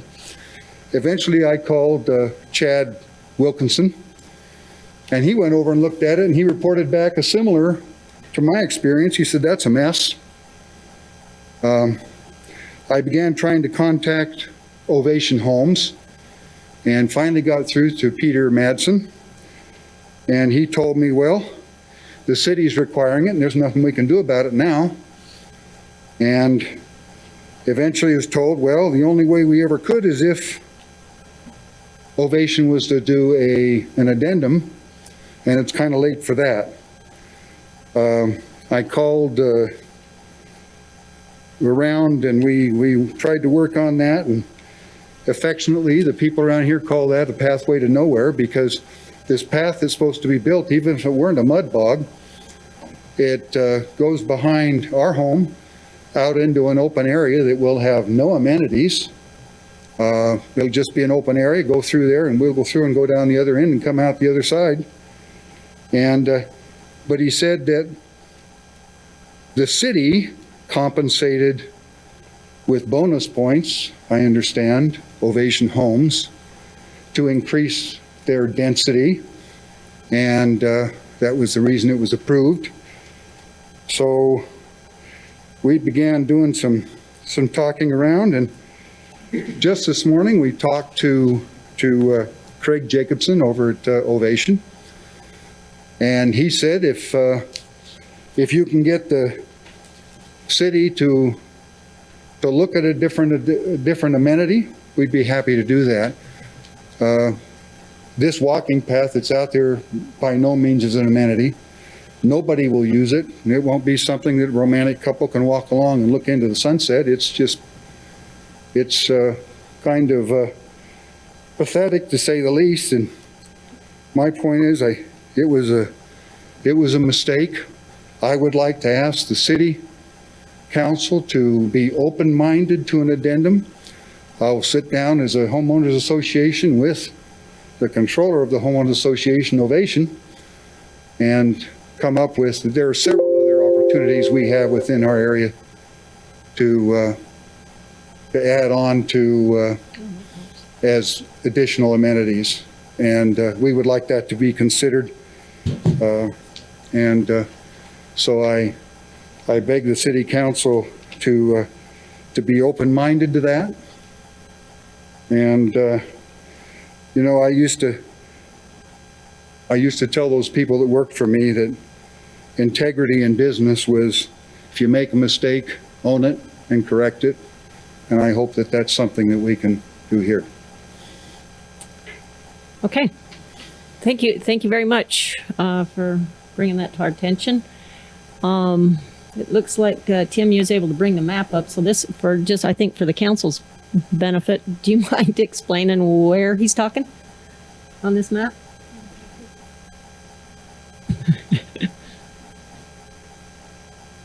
Yeah, but I don't know whereabouts. All right, so this is the annexation agreement concept plan that the annexation agreement is tied to. And so you do see, is it this, between these homes here, is this I didn't quite catch where it is, but right here? There's lot 304 there, right where that little path goes through and Wiggles behind there. All right, and so the intent was to connect the open space pockets together with the pathway. Mm-hmm. And so there's this area central here, and then there was to be an access to this area here as well. Isn't that a barbecue pit that's identified there? It's labeled as, I was able to see it on the. It's the pavilion, but the pavilion was actually moved across the street by the pickleball court. So that path literally goes nowhere now. So that's why he's saying that there's no amenities. Okay. Because I was going to say, according to this map, which I got to say, you know, I mean, on behalf of the council and the planning commission, I mean, a developer comes in and presents a plan, we adopt that plan. That's what is the expectation, is to be able to build and design and follow through with the plan, much like the discussion we had earlier, and which I'm sure we'll have later tonight. So I'm not sure, quite honestly, how we go about this, because certainly it's been approved on this. Gary, do you want to make a comment? We appreciate the input, of course. Essentially, there was a landscape plan which included a trail which was approved for this subdivision, and the developer has put that trail in.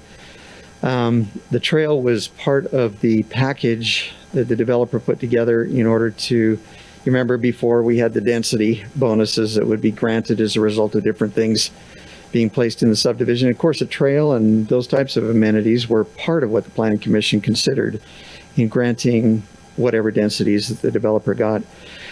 So the developer has developed, albeit probably the quality needs to improve maybe of that path. And I know that he's been working on it. I know that there's been work done a little bit further down on the path to try and correct the sinking problem. But notwithstanding that, if you wanted to change an amenity, either the developer, if he was still the HOA or over the HOA, he had the majority in the HOA, could come in and request a change through the proper channel, which would be the Planning Commission. And the Planning Commission could then take a look at what the developer was proposing to change in the landscape plan, see if it was commensurate with the ordinance. In other words, if it complied with the ordinance in order to receive the additional density that he got. And if if he thought it did, if the planning commission thought it did, they could actually change the amenity if they wish to do that. But it's the planning commission is your land use authority for that purpose. Then again, if the developer wasn't involved and all the lots were bought, it would be the homeowners association that you'd be dealing with. Unfortunately, one individual can't change the plan. It would have to be a group decision or a developer's decision to come in and apply for a different amenity. And there may be other amenities. I don't, certainly nobody knows until it's recommended. But right now, as of now, that's the way it's planned. And to Mr. Warnick's, who I know very well, by the way, to his point, yes, an application can be made to try and change that, and it would be up to the planning commission to do that. And there's a method of doing that in the city. So his coming to the council tonight and making that request, if the developer is not around, the HOA determined to do that, they could actually move forward with that. So. Okay. Got a question for you though, Gary. Yeah. So this was a required amenity. There was bonus density increase for it. So where is the city's teeth, I guess, to make sure that it's constructed correctly, which obviously this one wasn't? So Chad has been working on that, and he met with Peter, and Peter looked at it and said, yeah, we need to make some changes. And to the developer's credit, he indicated that they needed to make the changes as well, and they've been working on it. So as part of the development agreement, he had to develop a trail. If the trail is inadequate or was not constructed properly, the city has the ability to go back and request that the developer do that. And he has been, I've got to say that he's been working on doing that it hasn't got to this piece yet, because I think maybe he may be looking at the question that has been raised. But on the other end, I know for a fact that they have been working on, I don't know, it's south end, I guess is what you call it, the south end of the trail that is behind the other units, which aren't close to this one here. So we've got the development agreement. We could, because I'm not really too in favor of changing the amenity, but I'm certainly not satisfied with the way this was put in. Can I talk, Gary, or not? Is that, I mentioned, just to further respond to your question, the bonding for the landscaping is not returned to the applicant until it's fully inspected and that's true. Meets the standard, and then that bond is issued back to the developer, and that hasn't taken place yet. So that's an ongoing process. That's true as well. I forgot Okay, we have so bonding in place. So this section here, I don't know what the condition of the rest of it is, but the picture provided here looks like a little pea gravel on top of mud. Yep. Which is not very satisfactory. So we do have a bond in place. If it's not repaired, we can actually use that bond to make So what kind of replacement. time limit do you have on that? Well, depending on what happens, if an application is filed to change it, maybe you don't want to, take it out right away, but they've got to repair the path. So Let me ask for some clarification, because I don't get it. So this thing we asked them to do, to put in something, and they did put in something. Now, if it's an HOA or if it's a developer, I don't think it matters. If neither of them want to do it, what's the downside?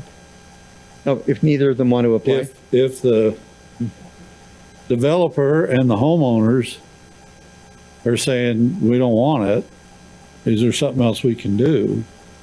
don't want the path, Yeah, Yeah. Okay. then yes, I mean, they can, they can recommend another amenity that would fill the bill. okay, so there still would have to be another amenity. Yes. But they Okay. have to go through the application process Gotta do the because this is application, what was yeah. approved Okay. by past Yeah. governing bodies. That Right. part I kind of got, So but, they were given a bonus density.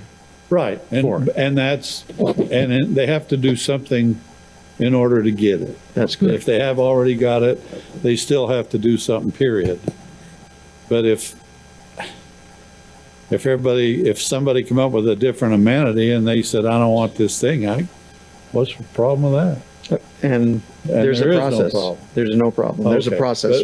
But for that making has to be application. brought before the planning Right. commission. And the planning Right. commission would then look at it and say, this is reasonable, or Okay. no, we want to stick with what we had Okay. originally. That Okay, really I'm would be going to a let decision-making. Councilman Morris speak. I just have just a clarification question. So Mr. Warnick mentioned that it came through his side yard and his backyard. Is that true that that they have backyards and side yards, or they just own the property that the house is on? That's great. These are all common areas. Okay, so okay, that was my only question. Thanks. Can I One, ask a two. point of clarification though? And it kind of goes back with the first comment, is that so this is on the ground and things change and, as development occurs, and that maybe this isn't an applicable amenity, not a usable amenity at this point. It's the same question I think that Tom brought up, is what if the volleyball is on the thing and you get to building it and the volleyball's not viable in that location, and so you want to build a basketball court over here. I mean, isn't this the same kind of a question that Tom just asked? Sure. Except this is done after the fact versus the pre-concept, because this is a concept plan Yeah. again, and things change. And so, and like I said, initially when that trail went to a pavilion, it made sense, but the pavilion was moved across with the pickleball, which makes even more sense as to where that's been placed. It kind of does create a path to nowhere. And so I would think it'd be the same question that Tom just asked. If something doesn't work in an area, can you move that amenity and it's something else to somewhere else? And I think that's. And the answer is yes, but there's a process for doing it. Right, yeah, sure. Okay, My question And we're not was, the process. No. eventually we will be. Okay, one more comment. yeah, just Councilman Blossom? does a change in the amenity have any legal effect on the bond? The answer is yes. The bond would adjust to whatever amenity is being bonded for. Okay, so the bond can adjust to whatever the circumstances are. You don't have to start from scratch with the bond. Okay. Okay. I think that pretty much sums it up. It sounds to me like there's a process that needs to go through. This is a public comment. We do have one more citizen that would like to comment, so go ahead and step up to the podium and state your name and your address again. My name is Debbie Irwin, and I live next door to the Warnicks. Just moved here from Idaho. I was not informed at my purchase that this path was going to be 3 or 4 feet out my back door off my patio, which I guess I should have measured, but it doesn't leave us very much yard. And I can give you a whole list of objections that I have to the path being there. One of them is privacy. Our windows are all really low. You can see in. Just this week, we're having our sprinkler systems put in, and I haven't felt comfortable all week leaving my blinds open with workers out there, and which leaves my home kind of dark. And so I would kind of feel the same way if I had people walking through my backyard. I planned on, having family over for picnics and grandkids playing in the yard, and it leaves a path there that for injury, for them to get injured on. And there's a lot of skateboarders going up and down our street too, and that's one more thing that I think they would find a path for, is this, riding up and down that path. And I just feel like the money should be used for an amenity that people in the neighborhood would like. So just wanted to add those few comments, and I don't know what the cost of it is or anything like that, but I'm sure that the money could be used better elsewhere. Well, thank you very much for your comments. Mrs. Irwin, could you please give me your address? Oh, it's 1090 South Graceway. Thank you. Okay. Well, we appreciate the comments regarding this development, or this pathway. I think as stated earlier, there's a process to go through. I mean, obviously the previous body had approved it, and you know, we can't get in the habit of going back and changing things that have already been approved. So I don't think, you know, this isn't the time for us to judge any of this. And certainly we just want you to know that should you want to take that type of action, either you or the developer would have to come through, and hopefully you guys can work something out. So any other public comments at this time before we move on to our regularly scheduled meeting? Okay. All right. Well, thank you. I'd now like to move on to our consent items. The first item is a third-party relocation agreement, and Terry Colburn. Oh, there you are. Silent in the back. I was going to say Terry Colburn will be presenting this item to us, so we appreciate that, and we'll hear what he has to say. Thank you, Mayor.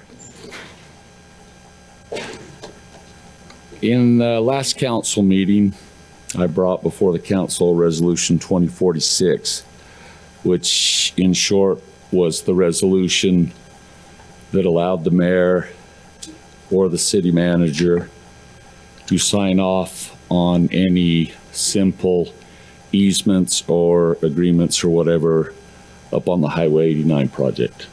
Remember that? There was a little bit of discussion, and I made the commitment to the council that if there were items that were appropriate for this body, I would bring them back for the council to rule on, okay? So tonight is one of those items. Bring before the council Resolution 49, a third-party relocation agreement between UDOT and Layton City for the relocation of water and sewer facilities in the Gordon Avenue extension portion of the US 89, Farmington, I-84, and Davis and Weber counties. Along Gordon Avenue, approximately 1700 East to 2100 East. UDOT is engaged in constructing the highway construction project identified as US 89, Farmington, I-84, and Davis and Weber counties. UDOT has awarded a contract for the project, and the design build contractor will design and administer construction of the project. Layton City owns and maintains existing water and sewer facilities within the roadways at various locations within the scope of the project. UDOT's project construction necessitates relocating, adjusting, betterment, or protecting a portion of the city's water and sewer facilities in relation to the project. The city has requested betterments to the water system, consisting of the installation of an 8-inch water line identified as Solution S2215 in this agreement. The cost to the city for the betterment is $148,736.25. Staff recommends the council adopt Resolution 2049. Council, do you have any questions regarding this item? Terry, I just have one. So the betterment is on Solution 2215, the water line. That Solution 2218, is UDOT taking care of all that? There's no betterment on it or anything?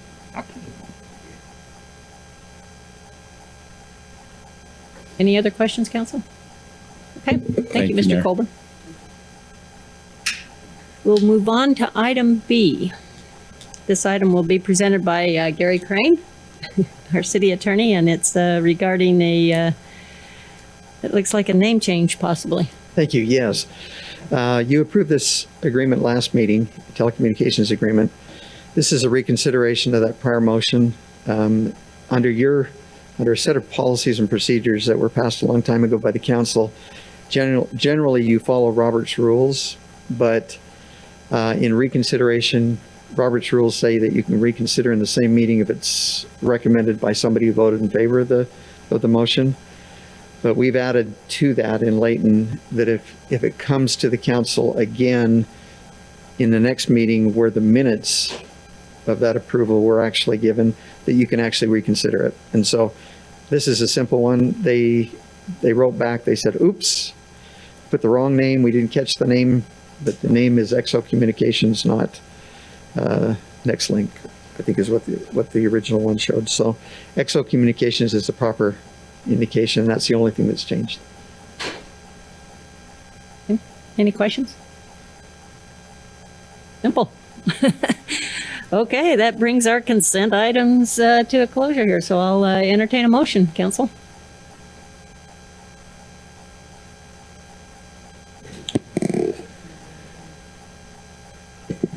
Madam Mayor, I make the motion that we approve the consent items.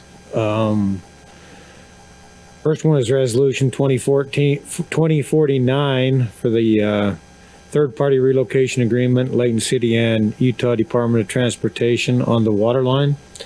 And B is Resolution 2043, changing the name to Exo Communications. Okay, thank you. Is there a second? Second. Okay. Been moved and seconded. All in favor, say aye. Aye. Any opposed? Okay, thank you very much. We will go on to item number 6, which is our public hearing. And we have one item on our public hearing at this time. Mr. Tim Watkins will be presenting that item to us. It's in regards to a rezone request. So, Tim? Thank you, Mayor and council members. So revisiting the Lamano rezone, which came to you in the last meeting, and there was some discussion about assuring that some of the proposed amenities could be further detailed and captured in a development agreement, which has been drafted and presented to you. And to accompany or to proceed the rezone request from the RM1 PRUD, this being the former concept plan tied to that, and the new concept plan depicting the intended development under the new proposed zoning of mixed use. This is the proposed amenities to accompany the development, including a courtyard in the front area, pavilion, child play area in the space behind the mixed use building, and then some form of recreational amenity in the detention area, and some, maybe a dog park element and some circulation markings with pavement color and sidewalks and so forth. Here's some of the specific development agreement language with a suggested modification highlighted in yellow. And you can see that the development shall be consistent with the concept plan shown in Exhibit B, and that it would include the construction of a front yard courtyard area, pedestrian circulation pathways, Bowery and child play area, bike rack, dog park, and grass volleyball court or pickleball court, basketball half court or equivalent in the stormwater detention area. So this is some of the other language here. It reflects the timing, and it's tied more to when the development proceeds, that prior to the completion of the development, these amenities should be in place. And that would be after, no later than after 2 buildings have been completed and before the beginning of the 3rd or 32 of the total units. So with that, staff's recommendation is that the city council approve the resolution that would authorize this development agreement as well as the rezone request. I'm happy to respond to any questions or comments. Okay, council, do you have any additional questions or response? I know we covered this in pretty good detail within our work meeting. However, this is the council meeting, so you're welcome to continue that discussion. Tim, I have a question not about the development agreement, but what is this? This comes from the Assistant City Engineer, Shannon, talking about culinary water.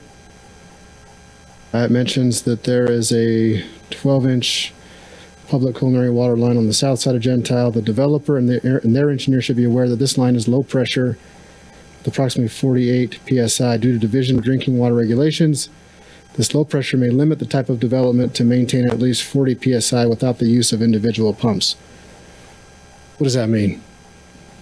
Well, I've been in, I believe there have been 2 or 3 development staff review meetings, and that there has been some different exploration of where and how the water pressure comes into the site. I'm sorry I can't speak to the technical engineering aspects of this, but my understanding is that they are fully aware of engineering standards and that there's different ways to achieve the water pressure required to support this many units.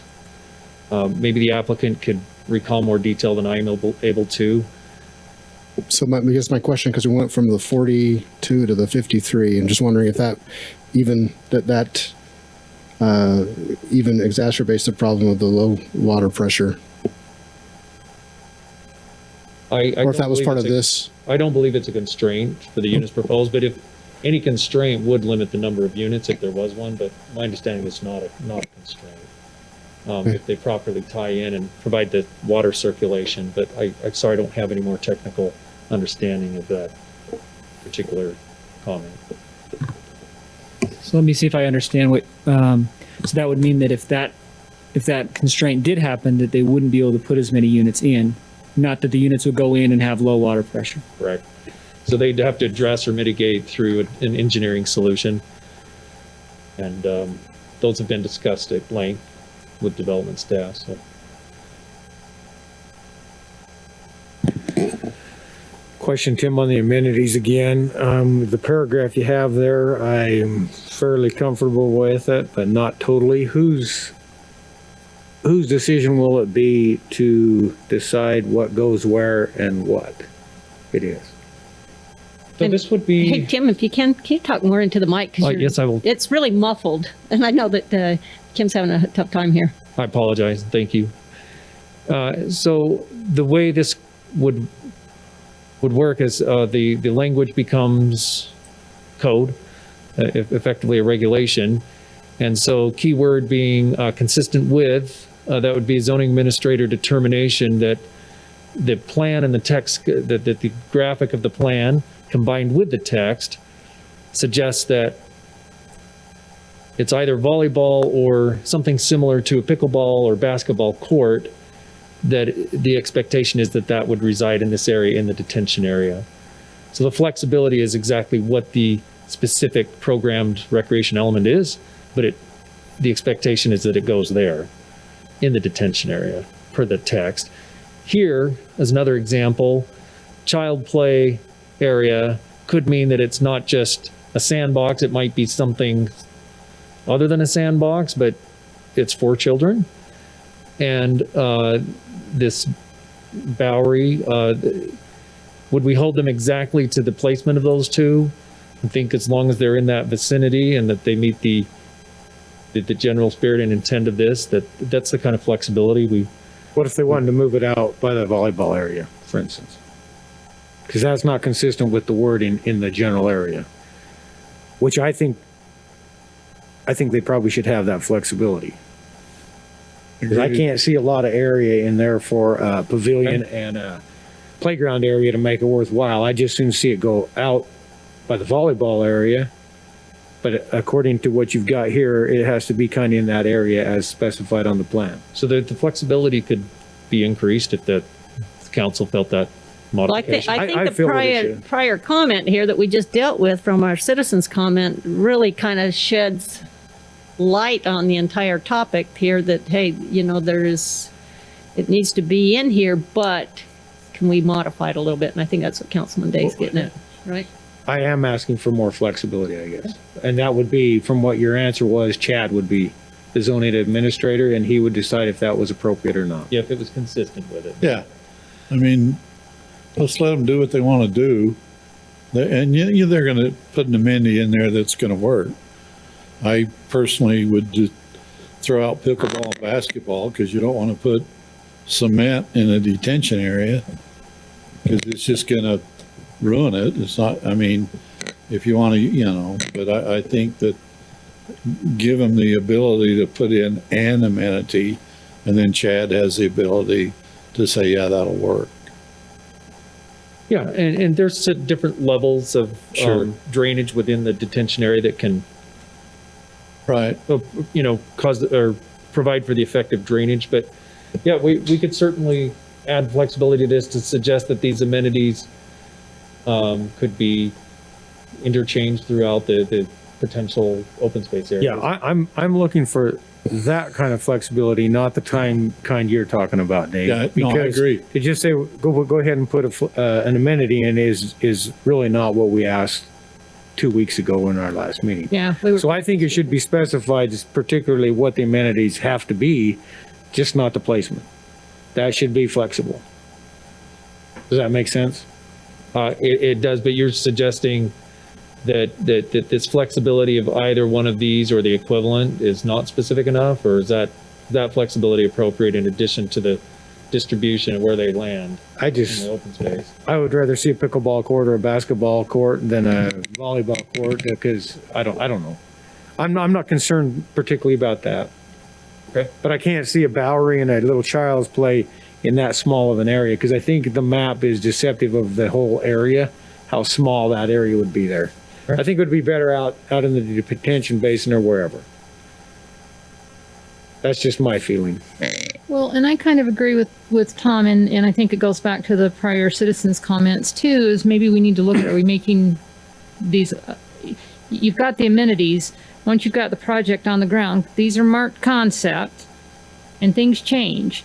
And as long as they're there, the amenities of some kind are there, does it really matter where they're at? Because as it's built out, there may be more appropriate places for the Bowery to be placed than what's on the concept plan, but they're still going to have it. Or,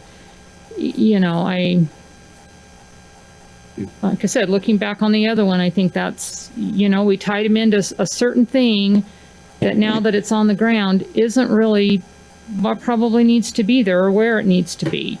And maybe should make it a little bit more flexible, like Tom's saying. I think 2 weeks ago or whenever it was, when specifically Dawn and all of us kind of agreed that there should be amenities. It's just the placement that should be flexible, in my opinion. Agreed. Okay. Can I recommend a change for you? Because it seems like there's kind of a consensus that there ought to be some flexibility there. So if you go to 4.1.1, says the development shall be consistent with the concept plan shown in Exhibit B, including, and it says the approximate area and location. I would take that out, including the open space with designed and programmed amenities areas as shown, including construction of a front yard, courtyard. And then at the very end, add a sentence, at the very end of that paragraph, add a sentence that says the area and location of the proposed amenities shall be determined by the zoning administrator. Give him the flexibility of being able to adjust those as long as they're there. That's what you're saying, as long as they're there, but allow him to be able to look at the design and say, this is a good place for it. This is a good place for it. Exactly what you're saying. I agree totally with that, Gary, but I would like it somehow in there that the courtyard has to be as outlined, because I think that's an important one for all of us. Just the courtyard part. On the front, the front front's courtyard. Gentile. Then Yeah. add where it says including the construction of front yard courtyard area, and you can put there at the location as indicated on the Exhibit B. So that particular item can be, we can frame it that way. We can put that wording in there. And I'll help Kim so she doesn't go nuts over what I just told you. But that would work. Well, I was just going to say, whoever makes a motion, if we just say Gary takes care of it. I second that. That's a lot of trust, you guys. Anyway. That's yes. all I'm looking for, is that the courtyard is there as drawn and the flexibility, the amenities have to be there, but the location is flexible. That we can do. Perfect. You said it just right. We can do it in 4.1.1. That was an excellent motion. That's what I was thinking. So Tim, do we have, I remember working on this also with Don on the Planning Commission, talking about the detention basins and being able to use them for open space. but I don't remember us putting anything on them, in them, as far as what we're talking about here. Maybe, I mean, it mentions grass volleyball court. Okay, that makes sense. It's in the grass. A basketball court or pickleball court in an area that could be, that's for water detention. It just, we don't do that in our city parks. Well, what we worked on in the planning commission was the amendments to the condo townhouse ordinance. And what we added some specific language that stated that there may be some, and this was with engineering's kind of response to the good questions asked by commissioners, that there may be some necessary drainage around such facilities to support and provide for sufficient drainage and to de-water, or I forget the exact language, but it's that idea of designating an area within the detention basin to be the lowest, wettest point, and then promote drainage away from an actual facility within the detention basin. So we thought through it pretty carefully, and I think it anticipated uses such as a patio or a play area, hardscape or softscape. Because I'm not sure we would be putting that pickleball courts in our detention basins in the parks. Just as a comment. I mean, I guess maybe what we talked about might work. You might look at it and go, yeah, it's not going to work. We're not going to be able to put anything there. But if you had the dog park and some other things over there in the detention basin, then you're not building something. It's just the thought of having something built, something nice and laid out like they're talking about doing, and then having it potentially damaged with what that land use is for with the detention basin. That's my concern. Well, it's thanks for the comment and the question. Not able to pull up the image instantly, but the image that corresponded with that text that we developed showed a green court with townhomes surrounding it, and an actual play area down in the detention area, a park, I should say, play set for children, and then kind of some patios to the sides and so on. So it was intended to be pretty flexible, and I think it really comes down to what's going to function properly to meet engineering standards for a detention basin. But it's my understanding that there can be a fair amount of uses programmed within them that can be compatible if designed and dewatered properly, drained properly. And I would think this would be an ideal location for that concept. I don't care if it's a pickleball court. I don't care if it's a basketball court. The ball certainly wouldn't escape as easily. No. Well, I think the main but thing. your flippers would get in the way when you try to jump. I think the main thing here also to consider is the fact that the location of this in relation to other construction that's going on and existing buildings. And I think these guys have done an excellent job on coming back with what we've asked. And I think there needs to be some consideration there so that they're able to market this thing. And who knows who the market buyers are, but certainly that's up to the Lamanos to decide. But I'd say I'm pretty pleased with what you've done so far. Okay. Does anybody else want to comment on this? This is a public hearing. Does anybody in the audience want to comment? Okay, I am going to ask, since this is a live meeting, do we have any online comments whatsoever from tonight's meeting that we need to hear? None? Okay, very good. It looks like the applicant would like to come up and make a comment, so you're welcome to. This, like I said, this is a public hearing.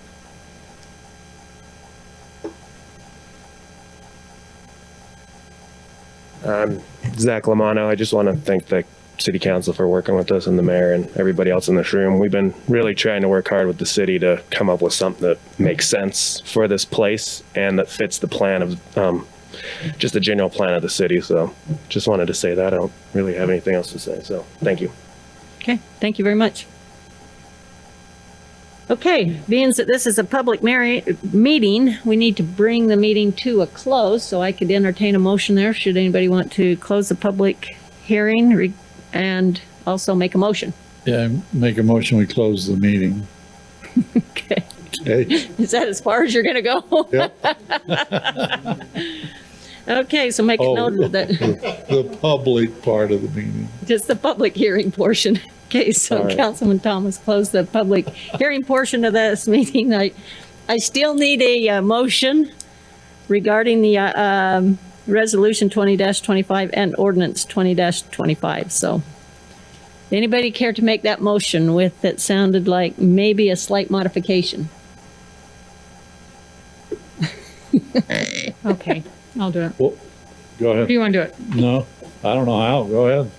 I'm not sure I do either. So I will say that I'm going to keep my P's and Q's to myself and not make my motion that I think really needs to be in there because I don't think I have the support of my other council members. But I am going to make a motion that the City Council adopt Resolution 2050 approving the development agreement for Tuscany Villages with the changes to the owner's undertaking 4.1.1, something like this.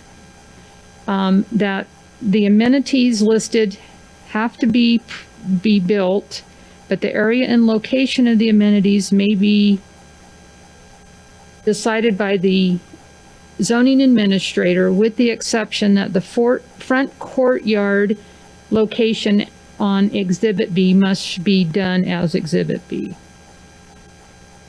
Excellent. And then do you want me to do the other one or you doing them in one or two motions?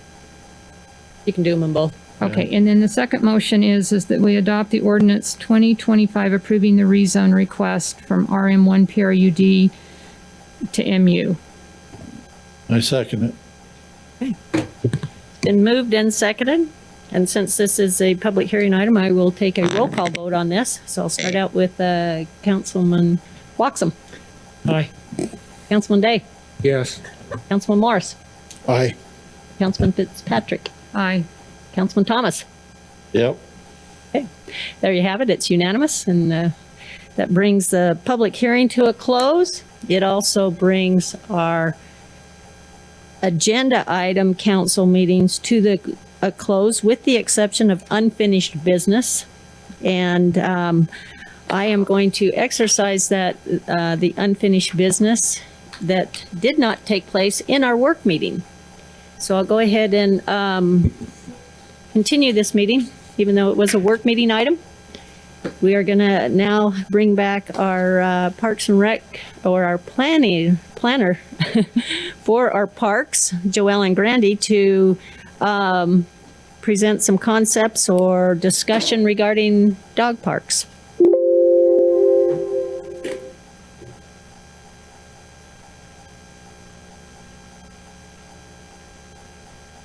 Oh yeah, sorry.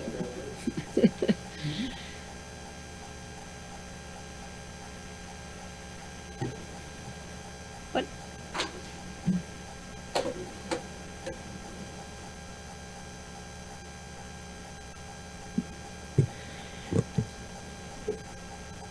Well, it's nice to be back.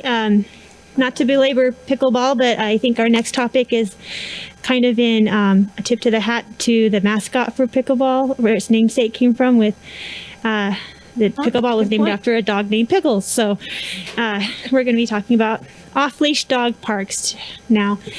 This has been a fun topic to be able to study and think about.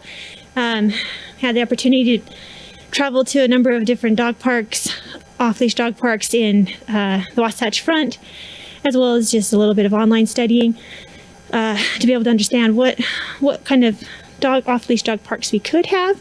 And so today we'll be sharing what we learned, and then also helping just paint a picture of options, possibilities that we could do here. Again, it's no recommendations are being made tonight. It's just a number of ideas and concepts. So I'll take you through what we've learned, and then we'll open up to questions at the end.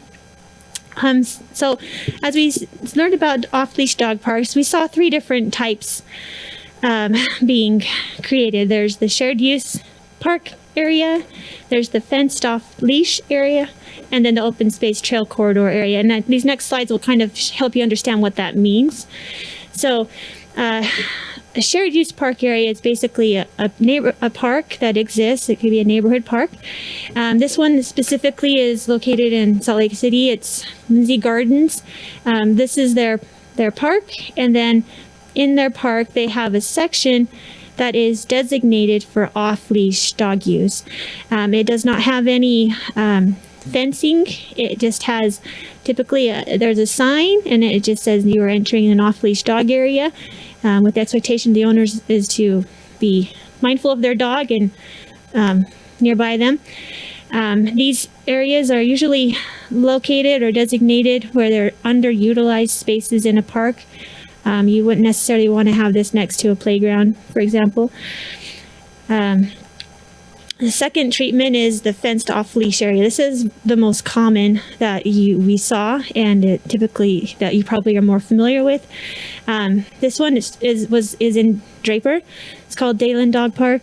It has a 6-foot tall perimeter fencing that goes around it, and then there are within that sections for small dogs, and then large dog areas.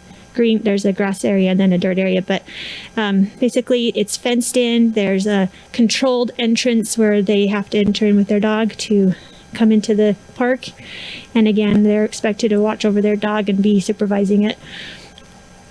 This third treatment is what we've titled as open space trail corridor areas. We saw 2 of these in our visits. Just going to highlight briefly the Parley's Historic Nature Park. There's a section. This is located down in Salt Lake City. Sugar House Park's over here, and this is I-215, and that's I-80. But this is a very, very large natural open space area, and within that park, there are trails that are specifically designated to allow dog owners to have their dogs off leash, and they are welcome to run and play in the water.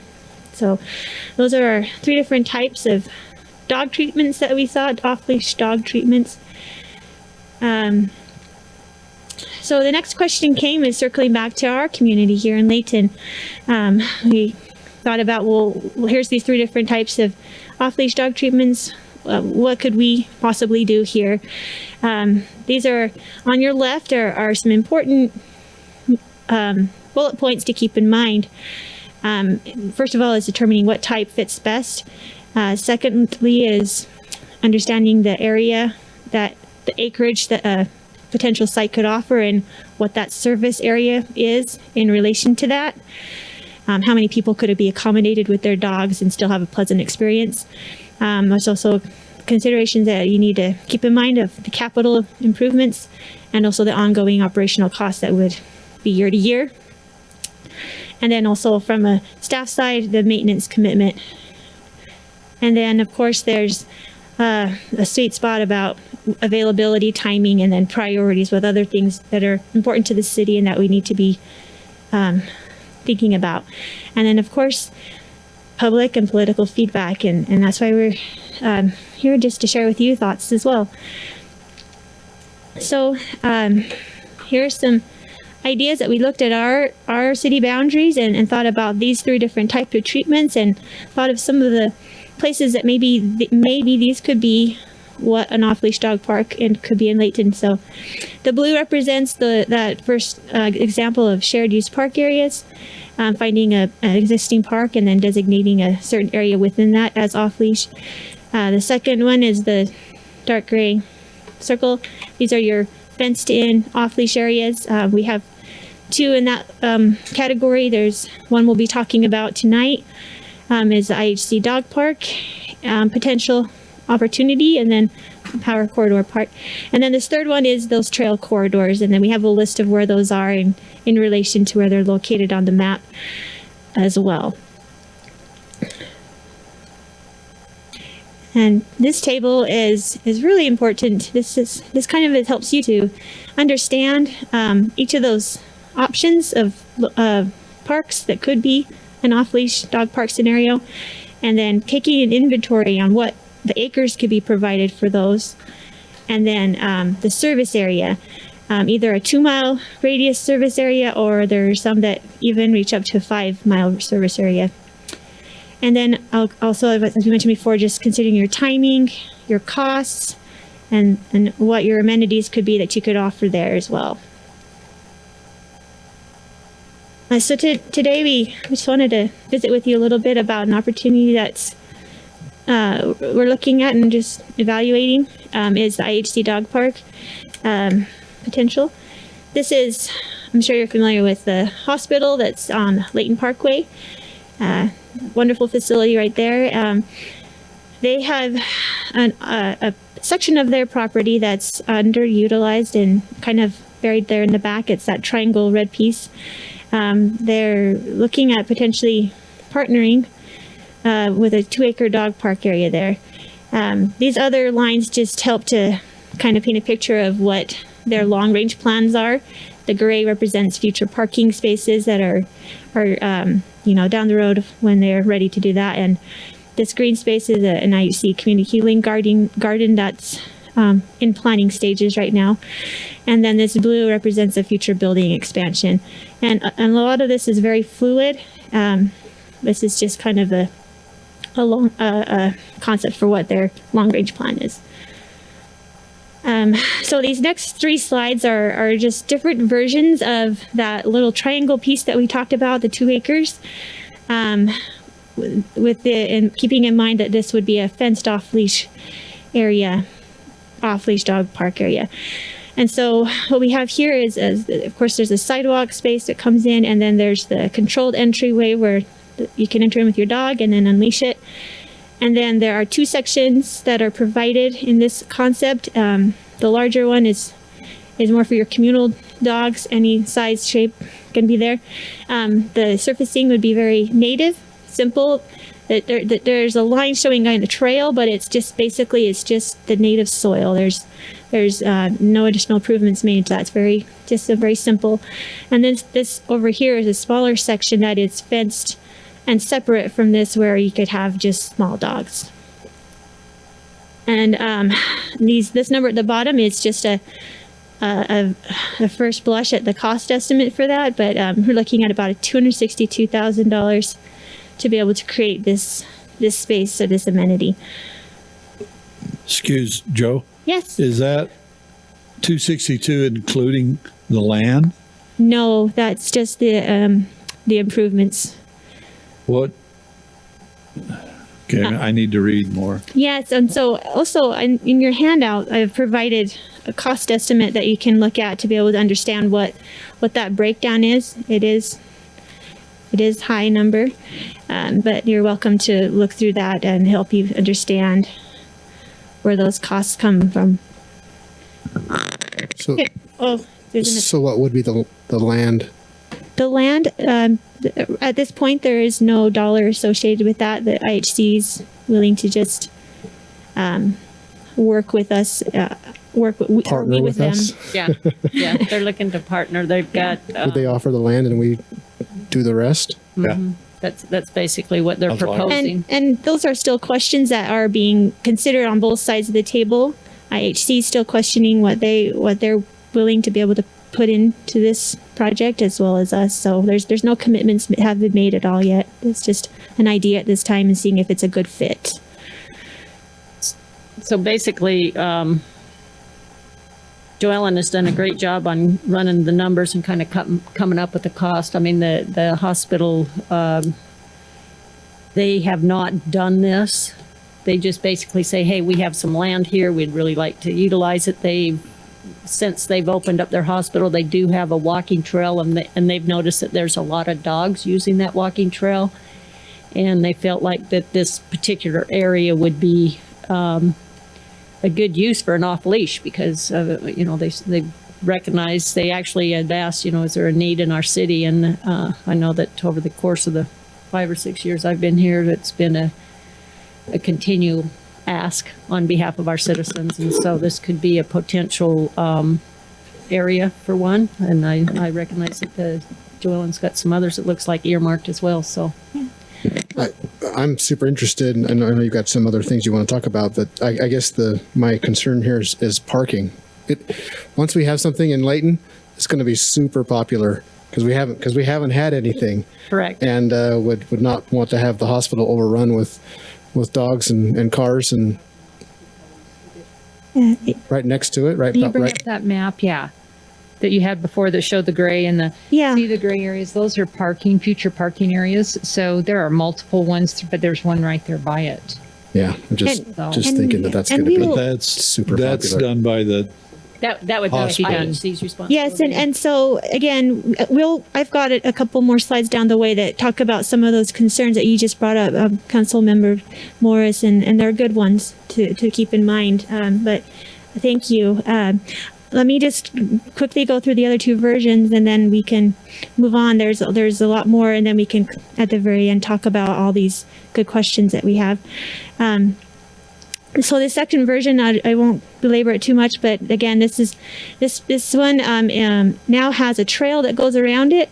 It's just a hard pack trail. Hard pack is very similar to road base. It's a 3/8 inch minus crushed gravel, soft path of some sort. And then there's a native space in the middle, still with no grass. With this one, there also is the inclusion of lighting. So that was something that IHC wanted to look into. So this second version, it's just bumping it up to $405,000.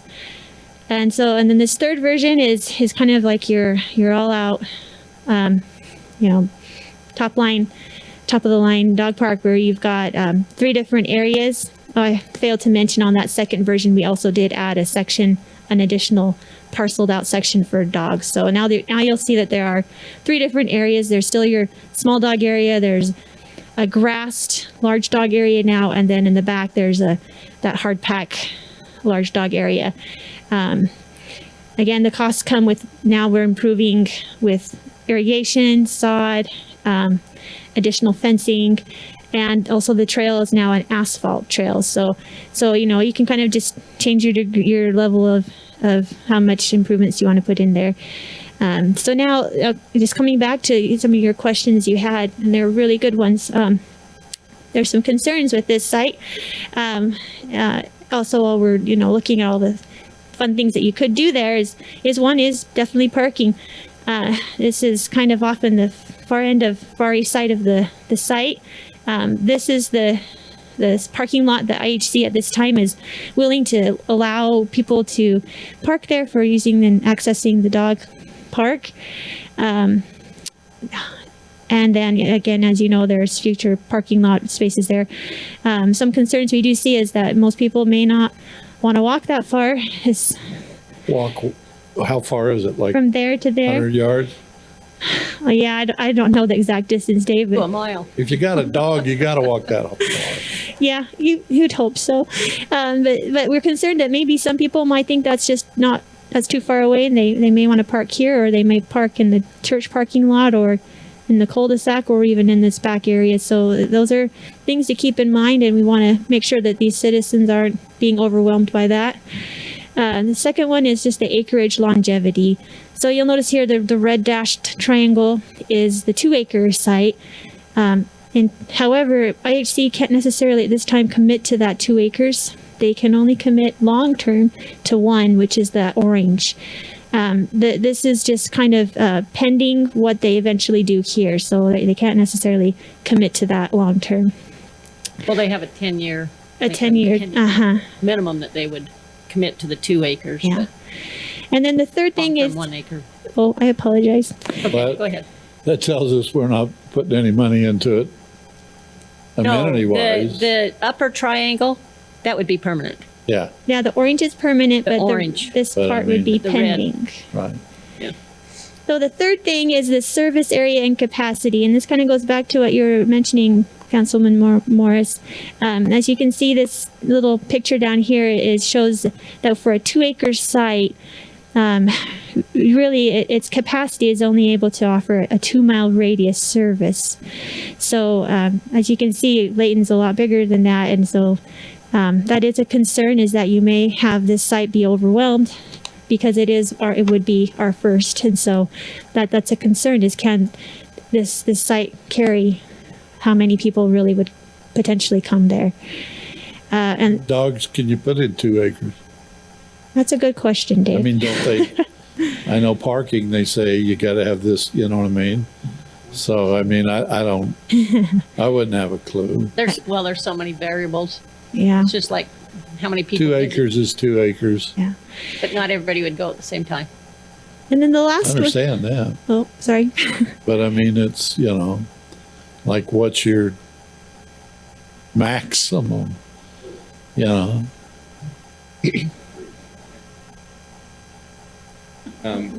These standards were developed by Salt Lake County as they did a very extensive dog park study.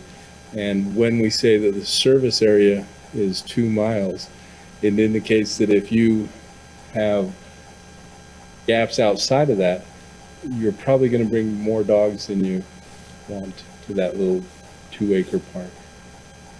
I mean, if we had... Now you're saying little? The 2 acres. If we had multiple 2-acre parks in our city and those service areas covered the entire city, that's the recommended Well, sure. level. Yeah, I mean, it's obvious. If you have more parks, you're gonna have less dogs, you know? And that's why the service area is as it is for this size of a park, the 2-mile radius. It just gives you an indication that based on their study and what they found as they looked over the region, this park, as a single entity, will not meet all of the needs that Leighton probably has. But we haven't met the needs of the people in any park. I mean, I'm not being confrontational. No. I'm just saying that, you know, we still have, you know, acres that we need to develop just for people that we haven't. Exactly. You know? And what we're telling you is that this is a starting point. This opportunity with IHC is a good starting point. It is a great, especially if we have a strong partner that is willing to help us with this. But we don't want to present an idea that this is going to fix all of our never will. Our residents who have dogs desires.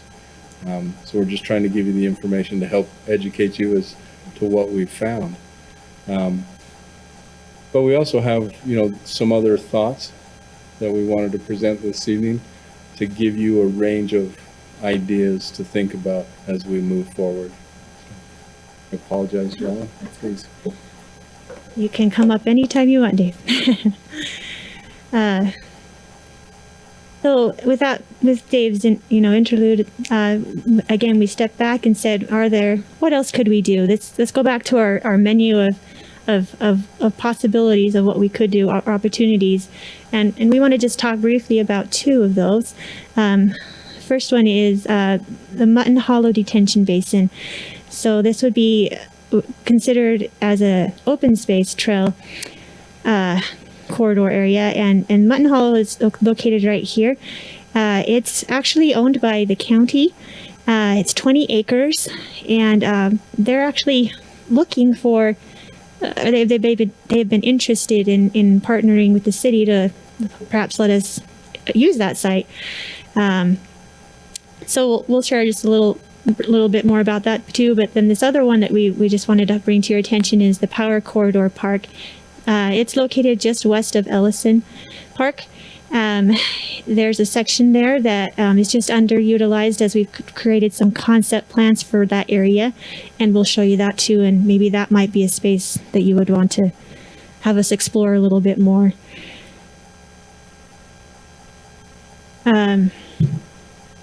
So here's the Mutton Hollow Detention Basin. As I mentioned, it's 20 acres. Here, the idea would be to keep it just very native, natural. The trail system would be just soft path. The only thing necessarily that would need to be improved is there would need to be a parking lot established, because there is not, there's just a road that dead ends right there at this time. We also could introduce a restroom facility there. We have one available that could find a home there.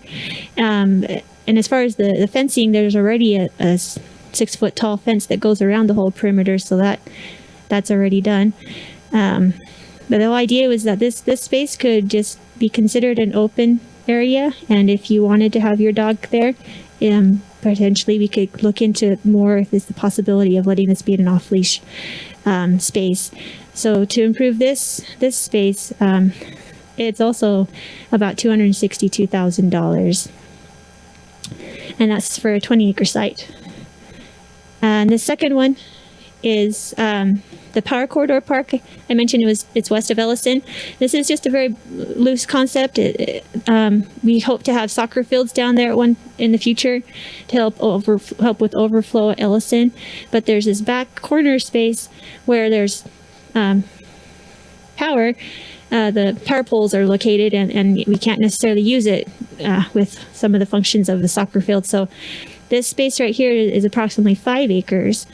And so that's another area where we could explore. I yet to have a cost estimate for that, but we'd be willing to further explore that option if you would like.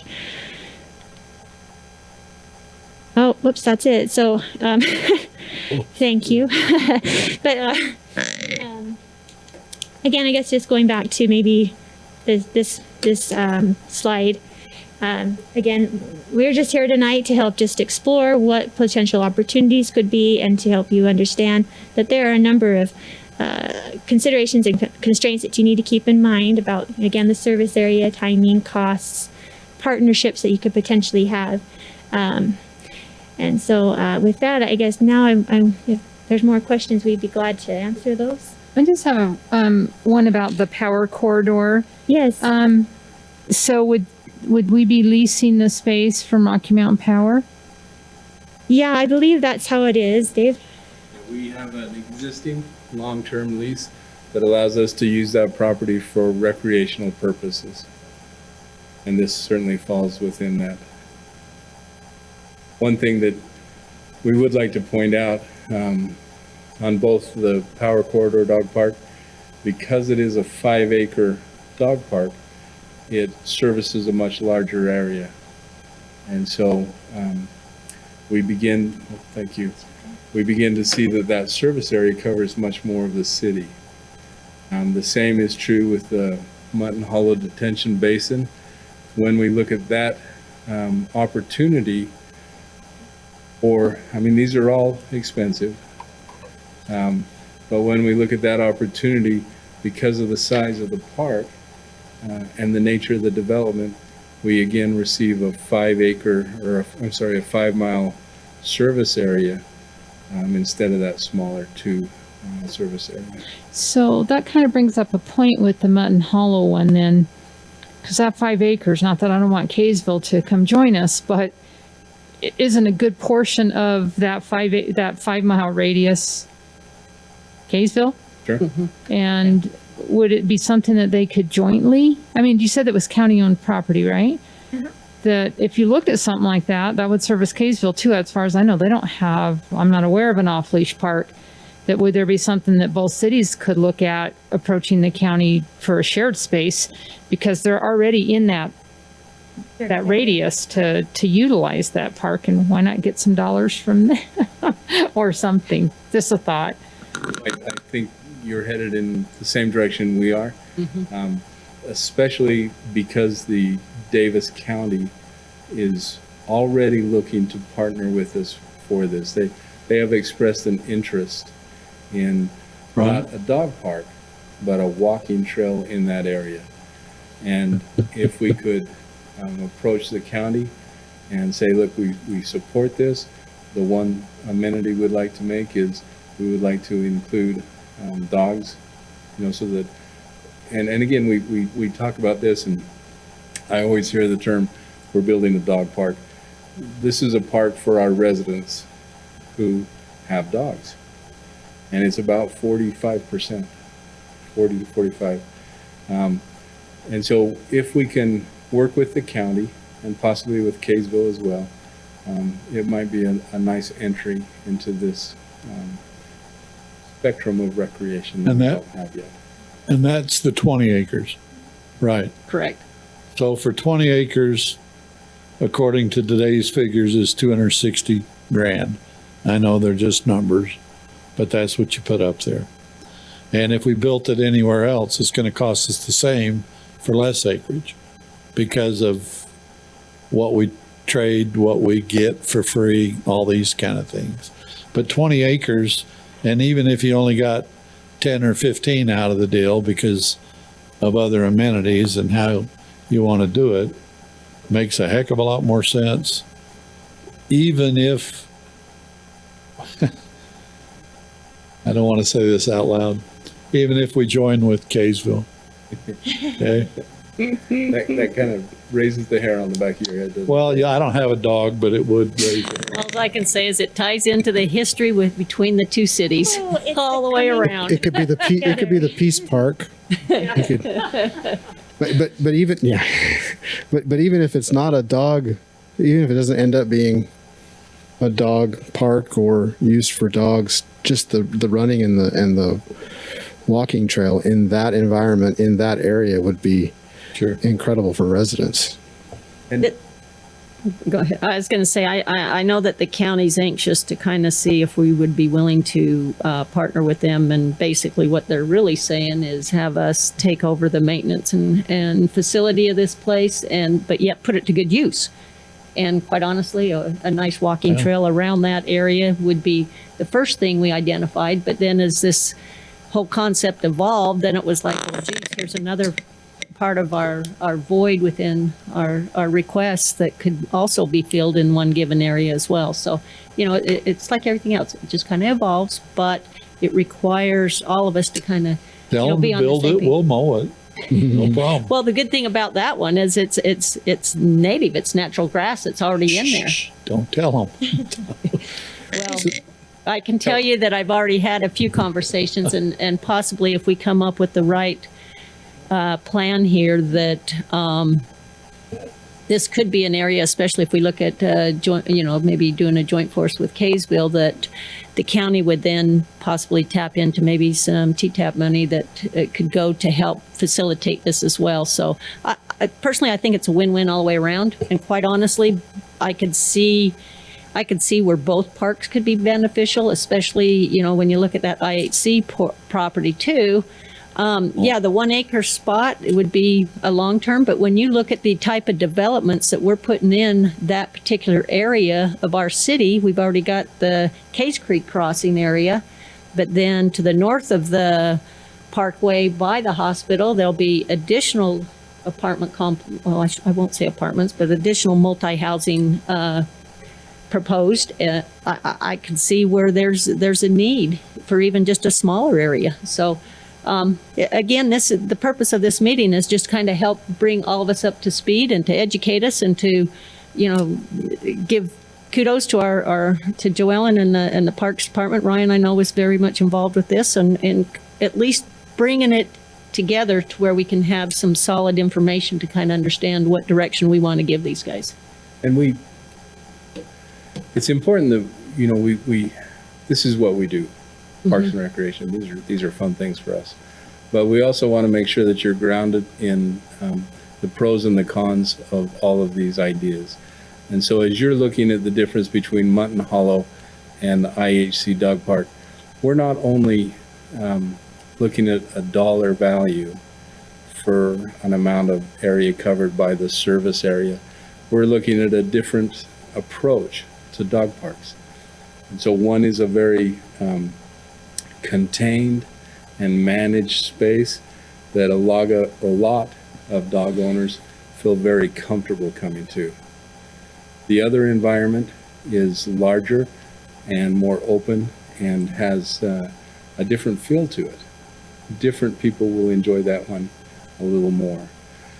It would be inappropriate of me not to also mention that with all of these developments, there is that portion of the city that just does not want or support dogs. They don't want to have dogs in their recreational areas. We've experienced that in one of our parks here in the city. That is something that we need to consider as a council. You need to be aware of that with all of these things, there is a trade-off. We support some people's version of recreation and a happy life, and for others, it may not fit their desires as well. So we feel that we needed to show you all of these things. We are working closely with IHC to see where their level of commitment is. they are proven to be an extremely good partner as we work through the community garden. A strong partner for the city. And we will approach this dog park in the same way. As we work through these issues, we'll come back with you. There may be a time where if the dollar value of that development indicates we may be better off to put that money somewhere else or just not have a dog park, we'll bring you the ideas and let you make those decisions. Again, any questions about what we've presented today? And thank you, Joellen. You know, her and Ryan have done the majority of this work and have done an excellent job. I have another question. We have, I think, 3 parks in the city that allow dogs. Is it? No, all of our neighborhood parks except for this park and. So we had the experiment where we did have the 3, and then that was proved successful. We were taking care of our dogs. We were cleaning up after them. We were on the leash, and now we've expanded that. Yes. Any other issues with? I mean, you mentioned that some don't like dogs in the parks. Are we behaving ourselves? Those that have dogs. Woody Park is the one that you're all aware of. We have a couple people that just do not feel that we did the right thing there. Overall, the introduction of leashed dogs in our parks has been very positive. We do have an occasional individual that goes out into almost any park that you want to look at and lets their dog off. But I think for the most part, people do keep them under control. I walk with my dog at Sandridge. While I'm there, very rarely do I see someone have their dog off leash. And for the most part, they clean up after themselves. Our parks employees tell me very quickly if there's a problem with an individual not picking up after their dog. And so it's been a good thing, I think, for the city. And I just have a question about the Mutton Hollow one. You said it's already fenced? Yep. So I'm trying to look at the map and figure this out. So is it east or west of Fairfield? It is west of Fairfield. West of Fairfield. I just want to go see it. I'm not sure I know the area, so. It's actually locked because it's the county's property, so you won't be able to go into it. You can see the area. You'll be able, if you come down this road right here, you can walk about to this location and then you'll be able to look in, but it doesn't give it justice. I mean, it's really, it's a beautiful sign. Yeah. That's called this road right here, when you see the sign. Yeah. I don't know the name of the road, sorry. I think Pheasant View is where that nursing home or assisted living Yes. is on, right? Yeah. I know where that is. So it's just a little bit west of that? Okay. Yep. So you'll go past the church there and then. It's back west in. of Fairfield and Come to the south of south. Rosewood. Oh, okay. And Ms. Fitzpatrick or any other council member, if you would like to visit any of these sites, especially this one, we would make sure that we could get access for you to come down and take a look at it. Just let us know when you'd like to go. Thank you. Okay. Any other questions? Okay, well. I don't own a dog, but I might get one now. No. Like everybody else through quarantine. Yeah, that's true. Thank you.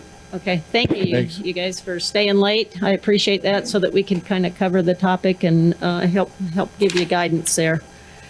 Okay, that wraps up our meeting.